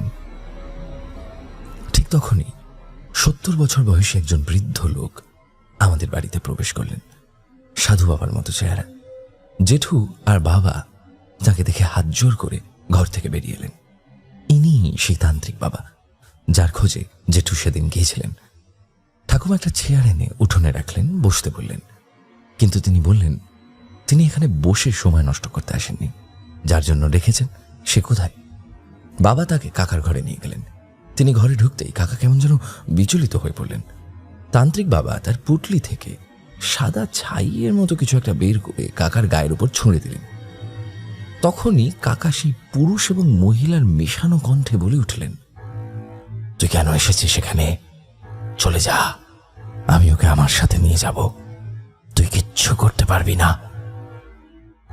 তান্ত্রিক বাবা তার পুরুলি থেকে আরেকটা শিশি বের করলেন।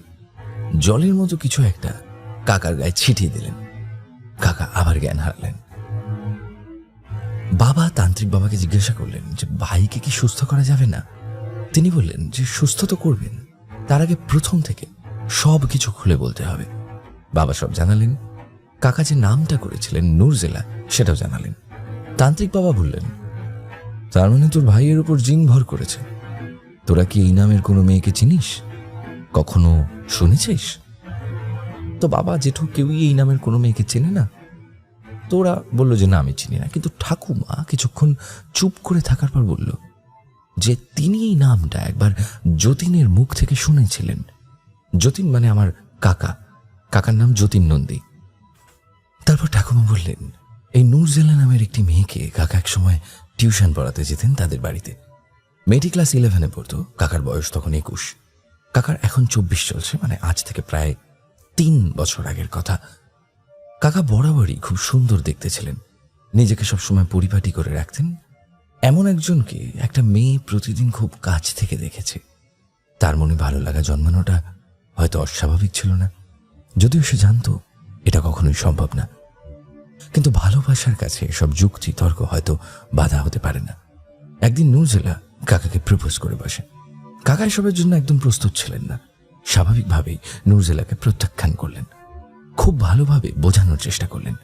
কিন্তু নূরজেলা মনে মনে তখন অনেকটা এগিয়ে গেছে। কাকার কোনো কথায় সে গুরুত্ব দেয়নি। আস্তে আস্তে তার পাগলামি বাড়তে থাকে। কাকাও হাল ছেড়ে দিলেন, ওকে পড়াতে যাওয়া বন্ধ করে দিলেন। কিন্তু নূরজেলা ভেবেছিল সে একজন মুসলিম ঘরের মেয়ে, হয়তো এই জাতি ভেদাভেদের কারণেই তার ভালোবাসা পূর্ণতা পেল না। তারপর সে নাকি বিষ খেয়ে নিজের জীবন দিয়ে দেয়। যদিও তার এভাবে নিজেকে শেষ করে দেওয়ার কারণ তার পরিবারের কেউ জানত না। তারপর থেকে 1 বছর কাকা আর কোনো টিউশন পড়াননি। কিন্তু ঠাকুমার নির্দেশে আস্তে আস্তে তিনি আবার পড়ানো শুরু করলেন। তবে এবার শুধু ক্লাস 1 থেকে 6 পর্যন্ত ছোট ছেলে মেয়েদের। তারপর সব ঠিকঠাকই চলছিল, কিন্তু হঠাৎ করেই কাকার জীবনে সেই পুরনো স্মৃতি প্রতিশোধ নিতে ফিরে এলো। সব শোনার পর তান্ত্রিক বাবা কাকাকে গঙ্গা জল দিয়ে বাড়িতে স্নান করাতে বললেন। তারপর একটা ধুতি পাঞ্জাবি পরিয়ে কাকাকে পুজোয় বসানো হলো, যজ্ঞের আগুন জ্বালানো হলো। তান্ত্রিক বাবা একের পর এক মন্ত্র পাঠ করতে শুরু করলেন। হঠাৎ করে আবার সেই জিন কাকার উপর ভর করল। তান্ত্রিক জিজ্ঞাসা করলেন, তুই ফিরে এসেছিস কেন? উত্তর এলো, আমার ভালোবাসাকে আমার সাথে নিয়ে যেতে এসেছি। তান্ত্রিক বললেন, সেটা তো আর সম্ভব নয়। সে বলল, কেন? আমাদের জাতি আলাদা বলে কি এক হতে পারবো না? তখন তান্ত্রিক বাবা বোঝাতে শুরু করলেন, তুই ভুল করেছিস। তোর মাস্টার মশাই তোর পড়াশোনার যাতে কোনো ক্ষতি না হয়, অল্প বয়সে তুই যাতে কোনো ভুল না করিস, তাই তোকে বারণ করেছিল। জাতি নয়, তোর ভালো চেয়েই সে এটা করেছিল। কিন্তু নূরজেলার জিন কোনো কথা শুনল না। তান্ত্রিক বাবা রেগে গিয়ে বললেন, তুই চলে যা। সে বলল, ওকে না নিয়ে আমি যাব না। তান্ত্রিক বাবা বললেন, সেটা আর সম্ভব না, তুই এখন পৃথিবীতে নেই, তোর আর কোনো অস্তিত্ব নেই। তখন সে বলল, আমি জানি সেটা, তাই তো আমরা দুজন এমন জায়গায় যাব যেখানে ভালোবাসার কোনো জাতি হয় না, কেউ নেই বাধা দেওয়ার জন্য, দুজনে সেখানে খুব সুখে থাকব। তান্ত্রিক বাবার কোনো কথাই যেন আর কাজ হচ্ছে না। যখন তিনি মন্ত্র পড়া জল আবার কাকার গায়ে ছিটিয়ে দিলেন, সেই জিন ছটফট করতে লাগলো। তান্ত্রিক বাবা বললেন, তুই কিভাবে ওর মধ্যে প্রবেশ করলি বল। তখন সেই জিন বলল, সেদিন ঝড় বৃষ্টির রাতে স্যার যখন ওই নির্জন রাস্তা ধরে বাড়ি ফিরছিল, আমি পিছন থেকে ডাকলাম। স্যার দাঁড়িয়ে পড়ল। আমি একটা মেয়ের রূপে গিয়ে বললাম, একা বাড়ি ফিরতে খুব ভয় করছে, একটু বাড়ি পর্যন্ত এগিয়ে দিন।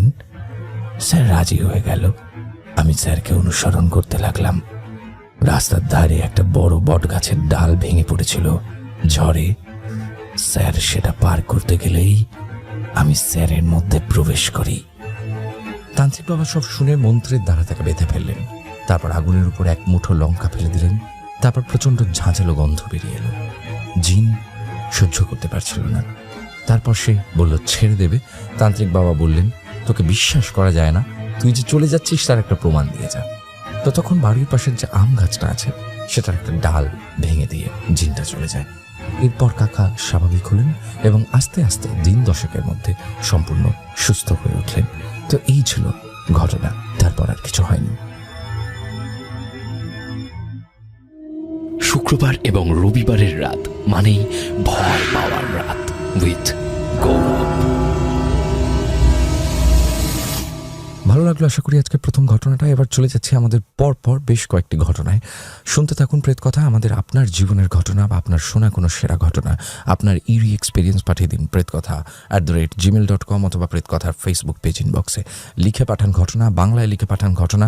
আমরা সেই ঘটনা পড়ে শোনাবো সকলকে। চলুন আজকের পরবর্তী ঘটনায় যাওয়া যাক। লাইক করবেন, কমেন্ট করবেন। নিতাই রুম 3 শুনবেন 600 নম্বর এপিসোডে। শুক্রবার এবং রবিবারের রাত মানেই ভয় পাওয়ার রাত উইথ গৌরব। ঘটনা পাঠিয়েছেন শুভময় দাস, যেভাবে লিখে পাঠাচ্ছেন ঠিক সেভাবেই পড়ে শোনাচ্ছি। ঘটনাটি অনেক বছর আগের, প্রথম করোনা মহামারী শুরু হওয়ার কিছু মাস আগের, কিন্তু আমি এই ঘটনাটা জানতে পেরেছি খুবই সম্প্রতি। কেন এত দেরি হলো সেটা বলি। কিছু পারিবারিক সমস্যার কারণে আমাদের জেঠুদের সাথে বেশ কয়েক বছর কোনো যোগাযোগ ছিল না। সম্পর্ক একেবারেই বন্ধ হয়ে গিয়েছিল বলে মনে করা হয়। তারপর 2025 সালের 15ই ডিসেম্বর আমার বিয়ে হয়।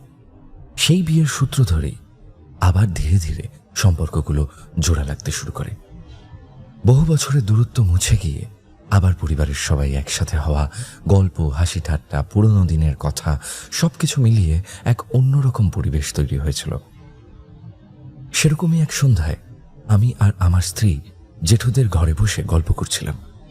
গল্প করতে করতে হঠাৎ করে প্রসঙ্গ ঘুরে গেল ভূতের গল্পের দিকে। আর ঠিক তখনই আমার জেঠুর ছেলে মানে আমার ভাই হঠাৎ করে বলে উঠল যে তাদের বাড়িতেও নাকি একবার জিন চালান করা হয়েছে, আর সেটা হয়েছিল তার মায়ের উপর। আমি শুনে অবাক, কৌতূহল বাড়তে থাকলো। বললাম, তাহলে বল শুনি। কিন্তু সে কিছুতেই রাজি হলো না। বলল, এই ঘটনাটা সে বলতে পারবে না, যেহেতু মায়ের সাথে ঘটেছিল। মা শুনলে আবার পুরনো কথা মনে করে কষ্ট পাবে। আর সত্যি বলতে তার নিজেরও খুব ভয় লাগে এই ঘটনাটা ভাবলে। তারপর একটু থেমে বলল, দিদি আসছে তো, ওর জন্মদিন আছে না, দিদির কাছ থেকে শুনবি, কারণ এই ঘটনার সঙ্গে দিদিরও একটা সংযোগ আছে। তো আমি আর সেদিন জোর করলাম না, শুধু মনে মনে ঠিক করলাম যে যেভাবেই হোক এই ঘটনাটা আমাকে জানতেই হবে। পরিবারের মধ্যে এমন একটা ভৌতিক ঘটনা এ না জানলে চলে। পরের সপ্তাহেই জন্মদিন এলো। দিদি আগেই বাড়িতে এসে আমাকে ফোন করলো যে কখন আসছি, রাত 12টায় কেক কাটা হবে। আমিও ঠিক সেই সময় পৌঁছে গেলাম। আচ্ছা, জন্মদিনটা এখানে ভাইয়ের জন্মদিন ছিল, অ্যাকচুয়ালি দিদির নয়। তো ভাইয়ের জন্মদিনে দিদি এসেছিল, এটা আমার পড়তে ভুল হয়েছে। বাড়িতে পৌঁছে দিদির সাথে দেখা হতেই আমার মাথায় একটাই প্রশ্ন এলো, সেই ঘটনাটা। আমি সরাসরি বললাম যে কেক তো 12টায় কাটবে, তার আগে এই যে এতটা সময়, এই সময়টা বরং ঘটনা বলুক, যেটা জেঠির সাথে ঘটেছিল। দিদি রাজি হলো। রাতে খাওয়া দাওয়া শেষ করে বসে শোনাবে। রাতে সব শেষ করে আমরা একটা কোণায় বসে পড়লাম। চারপাশে নিস্তব্ধতা, আর সেই পরিবেশই দিদি ঘটনা বলা শুরু করলো। তখন দিদি অনেক ছোট, পড়াশোনার পাশাপাশি একটা বাড়িতে টিউশন পড়াতে যেত। সেই বাড়িতে থাকতো একটি ছোট্ট বাচ্চা আর তার বাবা মা। দিদি সেই বাচ্চাটাকেই পড়াতো। দিদি কারো নাম উল্লেখ করতে চাইনি, তাই আমি নাম বলছি না। দিদির কথায় ওই বাচ্চাটার বাবা নাকি তান্ত্রিক ছিল। আমিও মানুষটাকে কয়েকবার রাস্তায় দেখেছি, যদিও দেখে কখনো তান্ত্রিক মনে হতো না। একেবারে সাধারণ মানুষের মতো পোশাক পরতো, শুধু গলাতে তাবিজ মাদুলি থাকতো আর হাতে রুদ্রাক্ষ থাকতো। প্রথম দিকে দিদি এসব বিষয়কে গুরুত্ব দেয়নি, কিন্তু ধীরে ধীরে লোকটার দিদির প্রতি একটা অস্বাভাবিক আগ্রহ বাড়তে শুরু করে। একদিন সরাসরি দিদির বাড়িতে আসার জন্য জোর করতে থাকে। অনেকদিন এড়িয়ে যাওয়ার পর দিদি একদিন বাধ্য হয়ে রাজি হলো ওই লোকটাকে বাড়িতে আনতে। তো লোকটা বাড়িতে এলো এবং লোকটা বাড়িতে এসে গল্প করতে করতেই হঠাৎ করে উনি আচরণ বদলে ফেললেন। খাটের উপর বসেছিলেন উনি, তো হঠাৎ করেই খাটের উপর হাঁটু গেড়ে উনি বসে পড়েন এবং পা দোলাতে দোলাতে নিচু গলায় বিড়বিড় করে মন্ত্রের মতো কিছু একটা পড়তে শুরু করলেন। তো দিদি এই বিষয়টা দেখে একটু অপ্রস্তুতে পড়ে যান। বিষয়টা লক্ষ্য করলেও তিনি এর অর্থ বুঝতে পারেননি। কিন্তু আসল অদ্ভুত ঘটনা শুরু হলো তার কিছু দিন পর থেকে। দিদি একদিন ওই বাড়িতে পড়াতে গেছে, তখন হঠাৎ করেই লোকটা বলে উঠল, তোমার মা কেমন আছে? আমি কিন্তু ভালো লক্ষণ দেখছি না। তোমার মা বেশি দিন বাঁচবেন না, মারা গেলে উনি ডাইনি হয়ে যাবেন। তোমাদের বাড়িতে জিন চালান করা হয়েছে। দিদি তো হতভম্ব। লোকটা আরো বলল, কোনো সমস্যা হলে আমায় ফোন করবে, এই বলে নিজের নম্বরটাও দিয়ে দিল। তখনও দিদি কিন্তু বিষয়টাকে গুরুত্ব দিয়ে দেখেননি। কিন্তু কয়েক দিনের মধ্যেই জেঠির আচরণ সম্পূর্ণ বদলে গেল। জেঠি হঠাৎ করেই চুপচাপ হয়ে গেলেন, কারোর সঙ্গে কথা বলতেন না, শুধু দিদির দিকে তাকিয়ে থাকতেন আর অদ্ভুতভাবে হাসতেন। আর বাচ্চা ছেলেটাকে যেন সহ্যই করতে পারতেন না। আর সবচেয়ে ভয়ের বিষয়টা ছিল, দিদি যখন একা ঘরে কাপড় চেঞ্জ করতে যেত তখন জেঠি হঠাৎ করেই সেই ঘরে ঢুকে পড়তেন আর অস্বাভাবিকভাবে তাকিয়ে থাকতেন, যেমনটা একজন দুশ্চরিত্র পুরুষ একটা মেয়ের দিকে তাকিয়ে থাকে, ঠিক সেই ভঙ্গিতে। দিদি ভয়ে লজ্জায় জিজ্ঞাসা করত, মা এমন কেন করছো?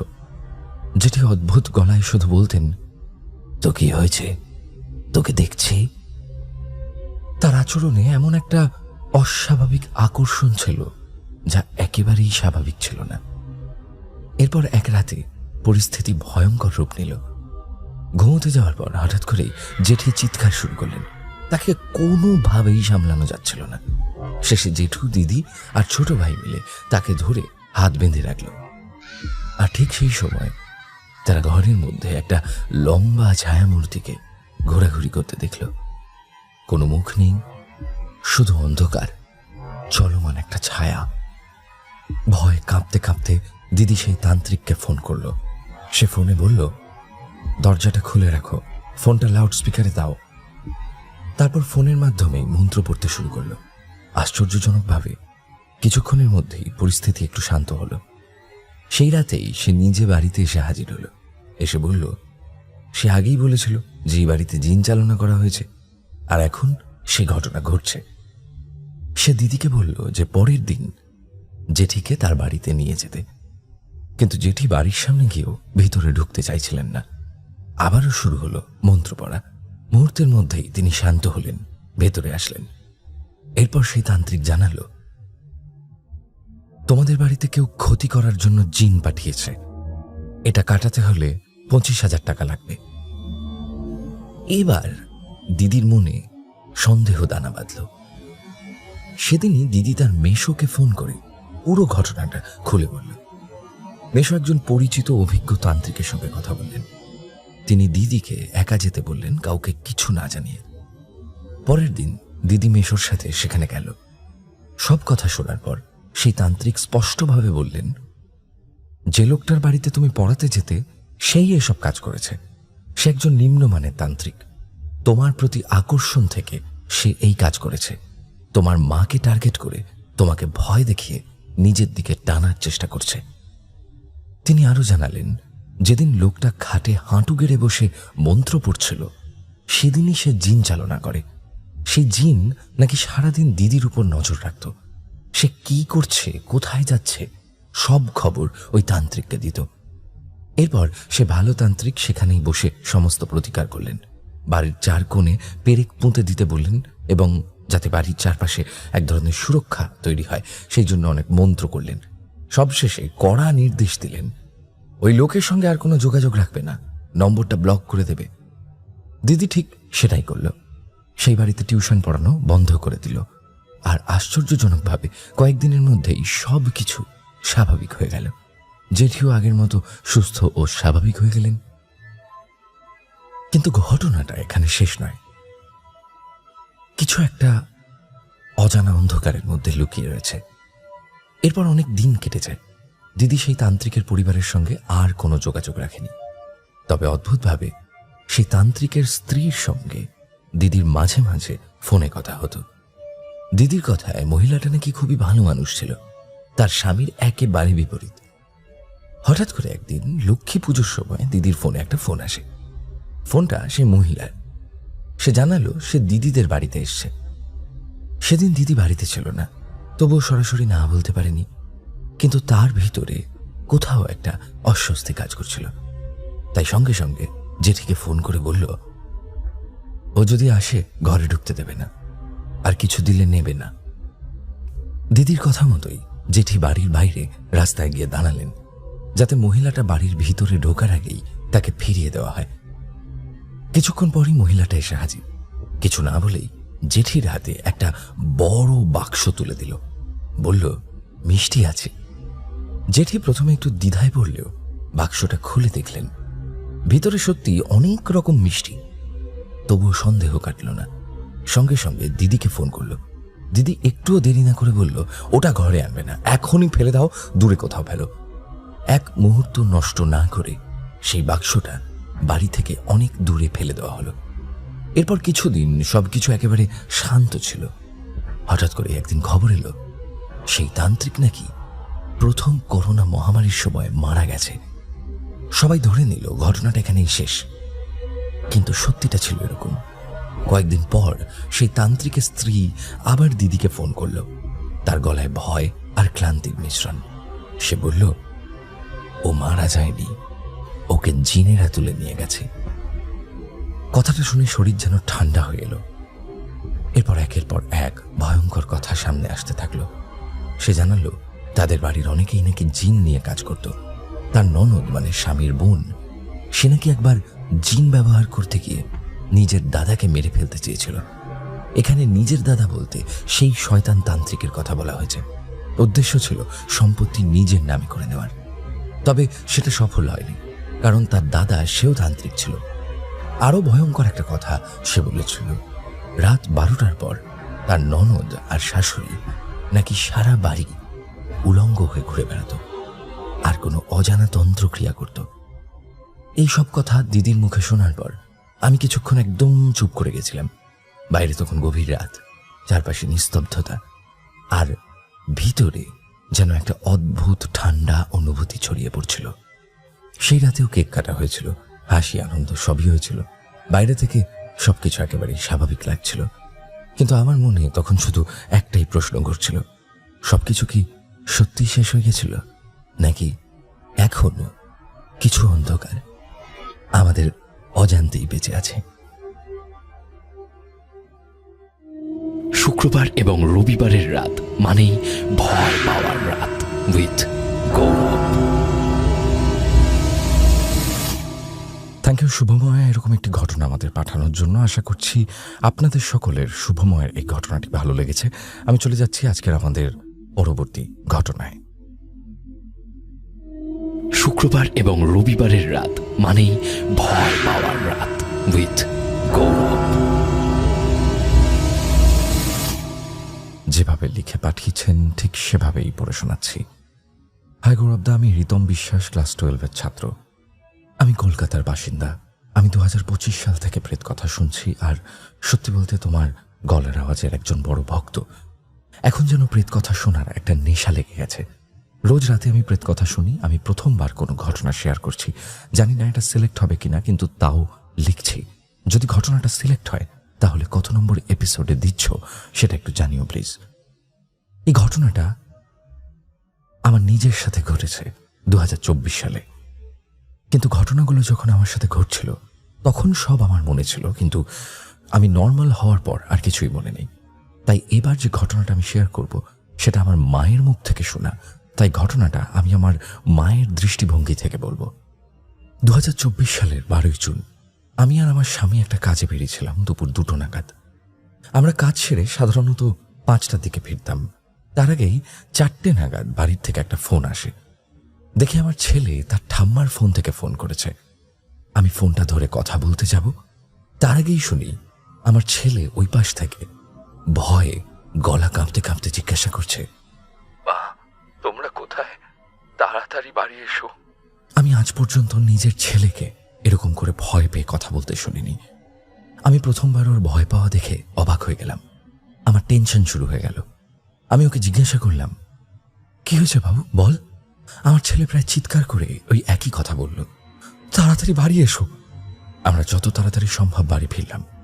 আমাদের বাড়িটা 2 তলা, নিচের তলাটা ভাড়া দেওয়া, আর উপরের তলাতে আমরা থাকি। আমরা বলতে আমার স্বামী, আমি, আমাদের পোষা কুকুর গুবলু আর রিতম, আর আমার শ্বশুর শাশুড়ি নিচে আলাদা থাকতেন। ঘরে ঢুকতেই দেখি আমার শাশুড়ি আর আমাদের ভাড়াটে বড় ঘরে রিতমকে নিয়ে বসে আছে। তাকে দেখে বুঝলাম সে নিজেকে শান্ত রাখার প্রাণপণ চেষ্টা করছে, কিন্তু পারছে না। তার হাত পা ভয়তে কাঁপছে। আমি নিজের ছেলেকে চিনি, সে ভীষণ সাহসী। সে ভয় পেয়েছে মানে কিছু তো একটা ব্যাপার আছে। আমি তাকে জড়িয়ে ধরে বললাম, কি হয়েছে বাবা, তুই কিসে এত ভয় পেয়েছিস? তখন আমার ছেলে বলতে শুরু করলো। তাকে দেখে বুঝলাম সে যেন আমাদের আসার অপেক্ষাতেই ছিল। রিতম বলল, আমি আমার রুমে বসে পড়ছিলাম, গবলু আমার পাশে শুয়েছিল।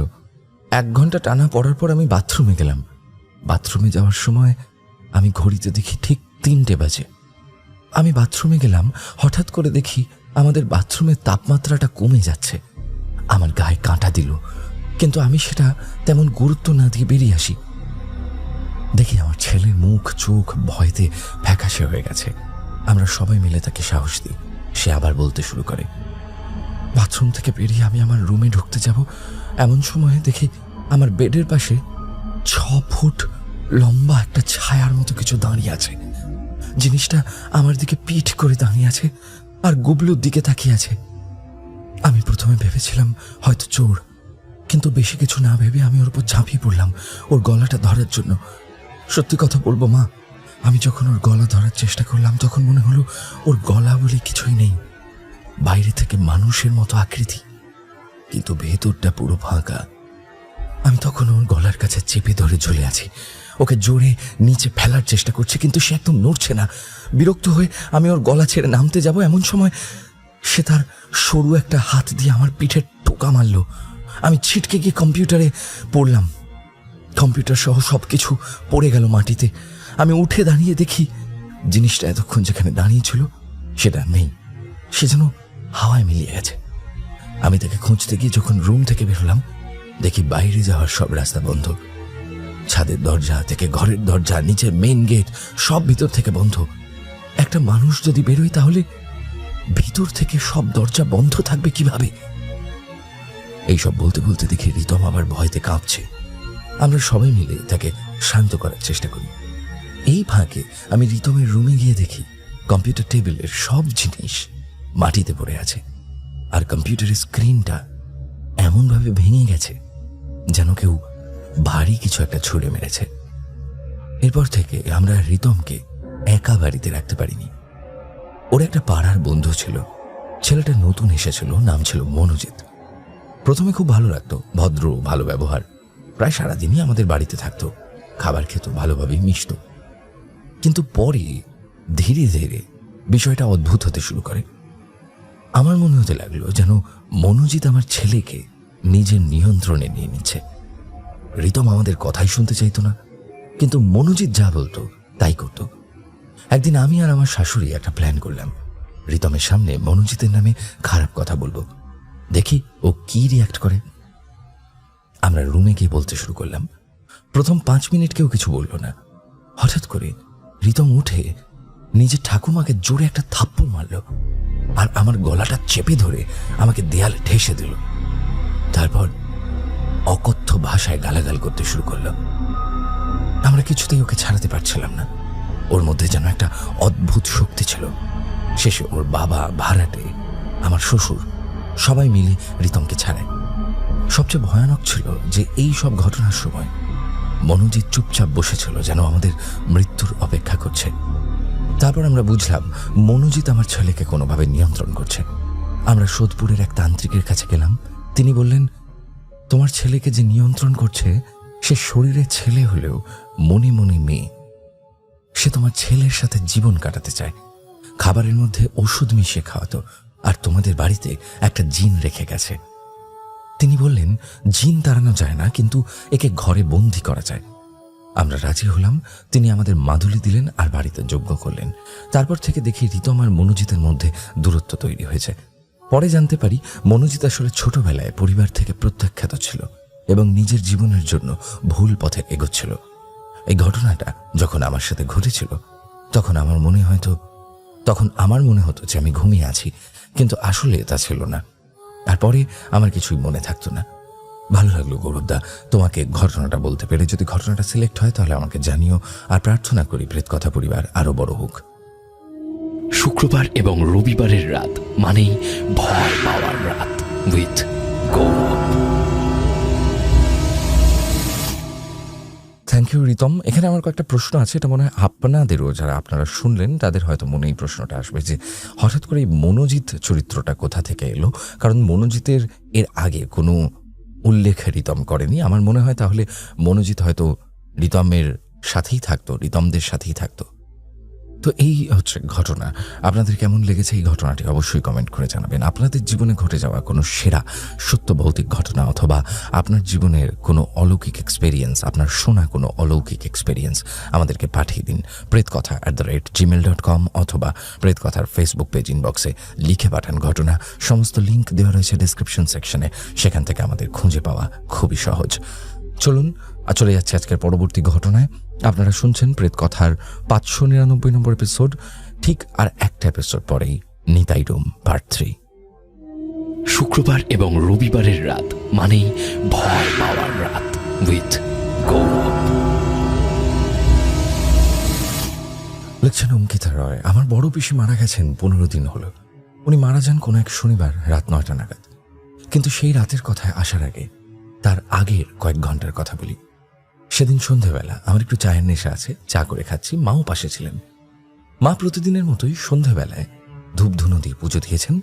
সেদিনও তার ব্যতিক্রম হয়নি।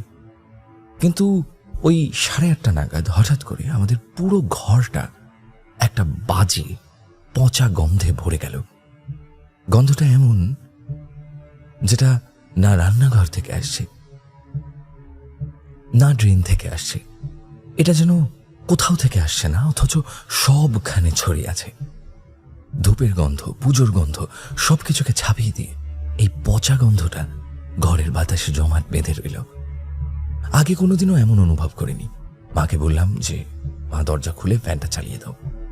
দরজা খোলা হলো, ফ্যান চললো, কিন্তু ভিতরের এই অস্বস্তি গুমোট বাজে গন্ধটা গেল না। তারপর থেকে একটা অদ্ভুত অনুভূতি, যেমন ঝড় আসার আগে পরিবেশটা চুপ হয়ে যায়, একটা ভারী নিস্তব্ধতা নেমে আসে, ঠিক তেমন অনুভব হলো। কিছু একটা ঘটতে চলেছে, কিন্তু কি সেটা বোঝা যাচ্ছে না। তার কিছুক্ষণ পরে খবর এলো বড় পিসি মারা গেছেন। তখন বুঝলাম ওই গন্ধটা হয়তো তারই একটা সংকেত ছিল। ওনার মৃতদেহ আনা হলো রাত 3টে। আমাদের বাড়ির কাছেই বড় পিসির বাড়ি, তাই আমরা সকলেই গিয়েছিলাম। পরে জানতে পারলাম সেই রাতে আরো কিছু ঘটেছিল। আমার ছোট পিসির ছেলে মেয়ে, আমরা ভাই বোন আর কি, ওদের বড় পিসি আদর করে সোনু মনু বলে ডাকতেন। তো সেই রাতে যখন বড় পিসি মারা যাচ্ছেন, সোনু আর মনু দুজনেই স্পষ্ট ডাকার শব্দ পেয়েছে। ওরা ঘরে ছিল, যেন ঘরের ভিতর থেকেই ওদেরকে কেউ ডেকেছে সোনু মনু বলে। দুজনেই আওয়াজ পেয়ে একে অপরের দিকে তাকায় এবং অবাক হয়ে যায়। কেউ কিছু বলেনি, কিন্তু দুজনেই জানে যে দুজনেই শুনেছে। তারপর দিন সকালে আরেকটা ঘটনা ঘটল। মা আমাদের বাড়ির মেইন গেটের কাছে গিয়ে একটা তীব্র আষ্টে পচা গন্ধ পেলেন। গন্ধটা এতটাই কড়া যে মা সেখানটা ধুয়ে দিলেন। আমাদেরকে বললেন যে এরকম একটা গন্ধ পাওয়া গেছে। তো আমি আর আমার দাদা তখন বললাম যে উনি মারা গেছেন, যেহেতু উনি আমাদের বাড়িতে আসতে ভালোবাসতেন তাই হয়তো শেষবারের মতো এসেছিলেন। বড় পিসি মারা যাওয়ার পর ওনার বাড়িতে আমার ছোট পিসি থাকতেন। একদিন রাত্রিবেলা ছোট পিসি শুয়ে আছেন, সবে তন্দ্রা এসছে এবং ঘুমের ঘোরে উনি খাট থেকে পড়ে যাচ্ছিলেন। ঠিক সেই মুহূর্তে উনি স্পষ্ট অনুভব করলেন যেন কেউ তাকে ধাক্কা দিয়ে খাটের দিকে সরিয়ে দিল, যেন জায়গা করে দিল, যেন কেউ পাশে শুতে চাইছে। পিসি চমকে উঠেছেন। চমকে উঠে উনি ভাবলেন যে মনের ভুল। উনি বাথরুমে গেলেন, আর তখনই লক্ষ্য করলেন ঠিক খাটের পাশ থেকে বাথরুম পর্যন্ত পুরো রাস্তাটা জুড়ে তীব্র ঝাঁঝালো ওষুধের গন্ধ। এখানে একটা কথা বলা দরকার, বড় পিসি কিডনির সমস্যায় মারা গেছেন। স্বাভাবিকভাবেই ওনার প্রচুর ওষুধ লাগতো। সেই ওষুধের গন্ধ বড় পিসির গায়ের সঙ্গে জড়িয়ে থাকা সেই চেনা গন্ধ। মৃত্যুর পরেও সে গন্ধ যেন সেই ঘরে ফিরে এসেছে। তার কিছুদিন পর রাত্রিবেলা আমি নিজে আর কি শুয়ে আছি, কিছুতে ঘুম আসছে না, শুধু এপাশ ওপাশ করছি। আমার একটা অভ্যাস আছে যে রাত্রিবেলা আমি হরে কৃষ্ণ মন্ত্র শুনতে শুনতে ঘুমোই। সেদিনও শুনছিলাম, কিন্তু ঘুম আসছে না। তারপর একটু একটু করে তন্দ্রা এলো। ঠিক সেই অবস্থাটা যখন জেগে আছো কিন্তু চোখ বন্ধ হয়ে আসছে, চারপাশের শব্দ ঝাপসা হয়ে যাচ্ছে, এমন একটা সময় একটা আওয়াজ, আমার মায়ের গলা, স্পষ্ট পরিষ্কার গলা। মা বলল, কিরে আয়। আমি সাড়া দিয়ে ফেললাম, হ্যাঁ হ্যাঁ আসছি। সারাটা দেওয়ার সাথে সাথে সারা শরীর থেকে ঘাম বেরিয়ে এলো, কারণ তখনই বুঝলাম এটা তো মায়ের গলা হতেই পারে না। মা তো অন্য ঘরে ঘুমোচ্ছেন, এই ঘরে আমি একা। তাহলে কে ডাকলো? আর গলাটা গলাটা ঠিক মায়ের মতো, কিন্তু মায়ের না। সাথে সাথে ফোন থেকে হনুমান চল্লিশা চালিয়ে দিলাম। সেভাবেই কোনো মতে ঘুমলাম সে রাতে। পরে জেনেছিলাম বড় পিসি মারা যাওয়ার আগে আমাকে খুব দেখতে চেয়েছিলেন, কিন্তু আমার পড়াশোনার চাপ ছিল, যাওয়া হয়ে ওঠেনি। হয়তো সেই অতৃপ্তিটাই রয়ে গেছিল। আরেকদিন ঘুমিয়ে আছি, ঘুমের মধ্যে একটা অনুভূতি হচ্ছে যেন কেউ জানালার কাঁচ থেকে আমাকে দেখছে, বাইরে থেকে। আমি চোখ মেলে তাকাতে পারছি না, কিন্তু অনুভব করতে পারছি যেন কেউ আছে ওখানে। আর মনে হচ্ছে তার মাথা ভর্তি সিঁদুর। বড় পিসি সধবা মানুষ ছিলেন, তো নিয়ম অনুযায়ী শাখা সিঁদুর পরেই ওনার দাহ কাজ করা হয়েছিল। ভগবানের আশীর্বাদে ওনার কাজ সম্পূর্ণ হলো সমস্ত। শ্রাদ্ধের দিন আমি, আমার দাদারা সবাই বাড়ি ফিরলাম। সকলেই এতটা ক্লান্ত যে আমরা সবাই ঘুমিয়ে পড়লাম। রাত তখন ওই আনুমানিক 2:34। আমার দাদা বাথরুমে গেল। আমার দাদা বাথরুম থেকে বেরিয়ে এসে স্পষ্ট শুনতে পায় কেউ যেন আমার দাদার নাম ধরে ডাকছে। আওয়াজটা এতটাই পরিষ্কার ছিল যে দাদা কিছুতেই ভুলতে পারে না। দাদার ঘুম খুব পাতলা। সে বলছে, বিশ্বাস কর আমি ভুল শুনিনি, এখনো সে ডাকটা আমার কানে বাজে। সেই রাতেও শিরদাঁড়া দিয়ে ঠান্ডা স্রোত বয়ে গেল। ঠিকমতো ঘুম হলো না কারোরই। 2 দিন পর ওনার মৎস্যমুখী হলো। তারপর থেকে সবকিছু স্বাভাবিক, কোনো সমস্যা নেই। ভগবানের আশীর্বাদে উনি যেন মুক্তি পান এই কামনাই করি। পরিবারের মানুষগুলোকে যেহেতু ভীষণই ভালোবাসতেন আর এত তাড়াতাড়ি মারা যেতে চাননি, তাই হয়তো সবাইকে সংকেত দিয়ে গেছেন বারবার বিভিন্নভাবে। আর একটা কথা, আমার ঘরে একটা বিড়াল আছে। সেই কদিন বিড়ালটাও অদ্ভুত আচরণ করত। মাঝরাতে হঠাৎ করে জোরে ডেকে উঠত, কদিন ধরে ভালোভাবে খেত না। আসলে প্রাণীরা সংকেত পায়, সেও হয়তো পেয়েছিল। এখন অবশ্য সব স্বাভাবিক এবং সুস্থ আছে। মূল ঘটনা অঙ্কিতা রায়, আগরপাড়ার থেকে। আসসালামু আলাইকুম প্রিয় লিসেনার্স, ঘটনাগুলো যদি আপনাদের কাছে ভালো লেগে থাকে তাহলে অবশ্যই লাইক, কমেন্ট, শেয়ার করবেন এবং চ্যানেলটিকে সাবস্ক্রাইব করে আমাদের সাথেই থাকবেন। আল্লাহ হাফেজ। শুক্রবার এবং রবিবারের রাত মানেই ভয় পাওয়ার রাত উইথ গৌরব।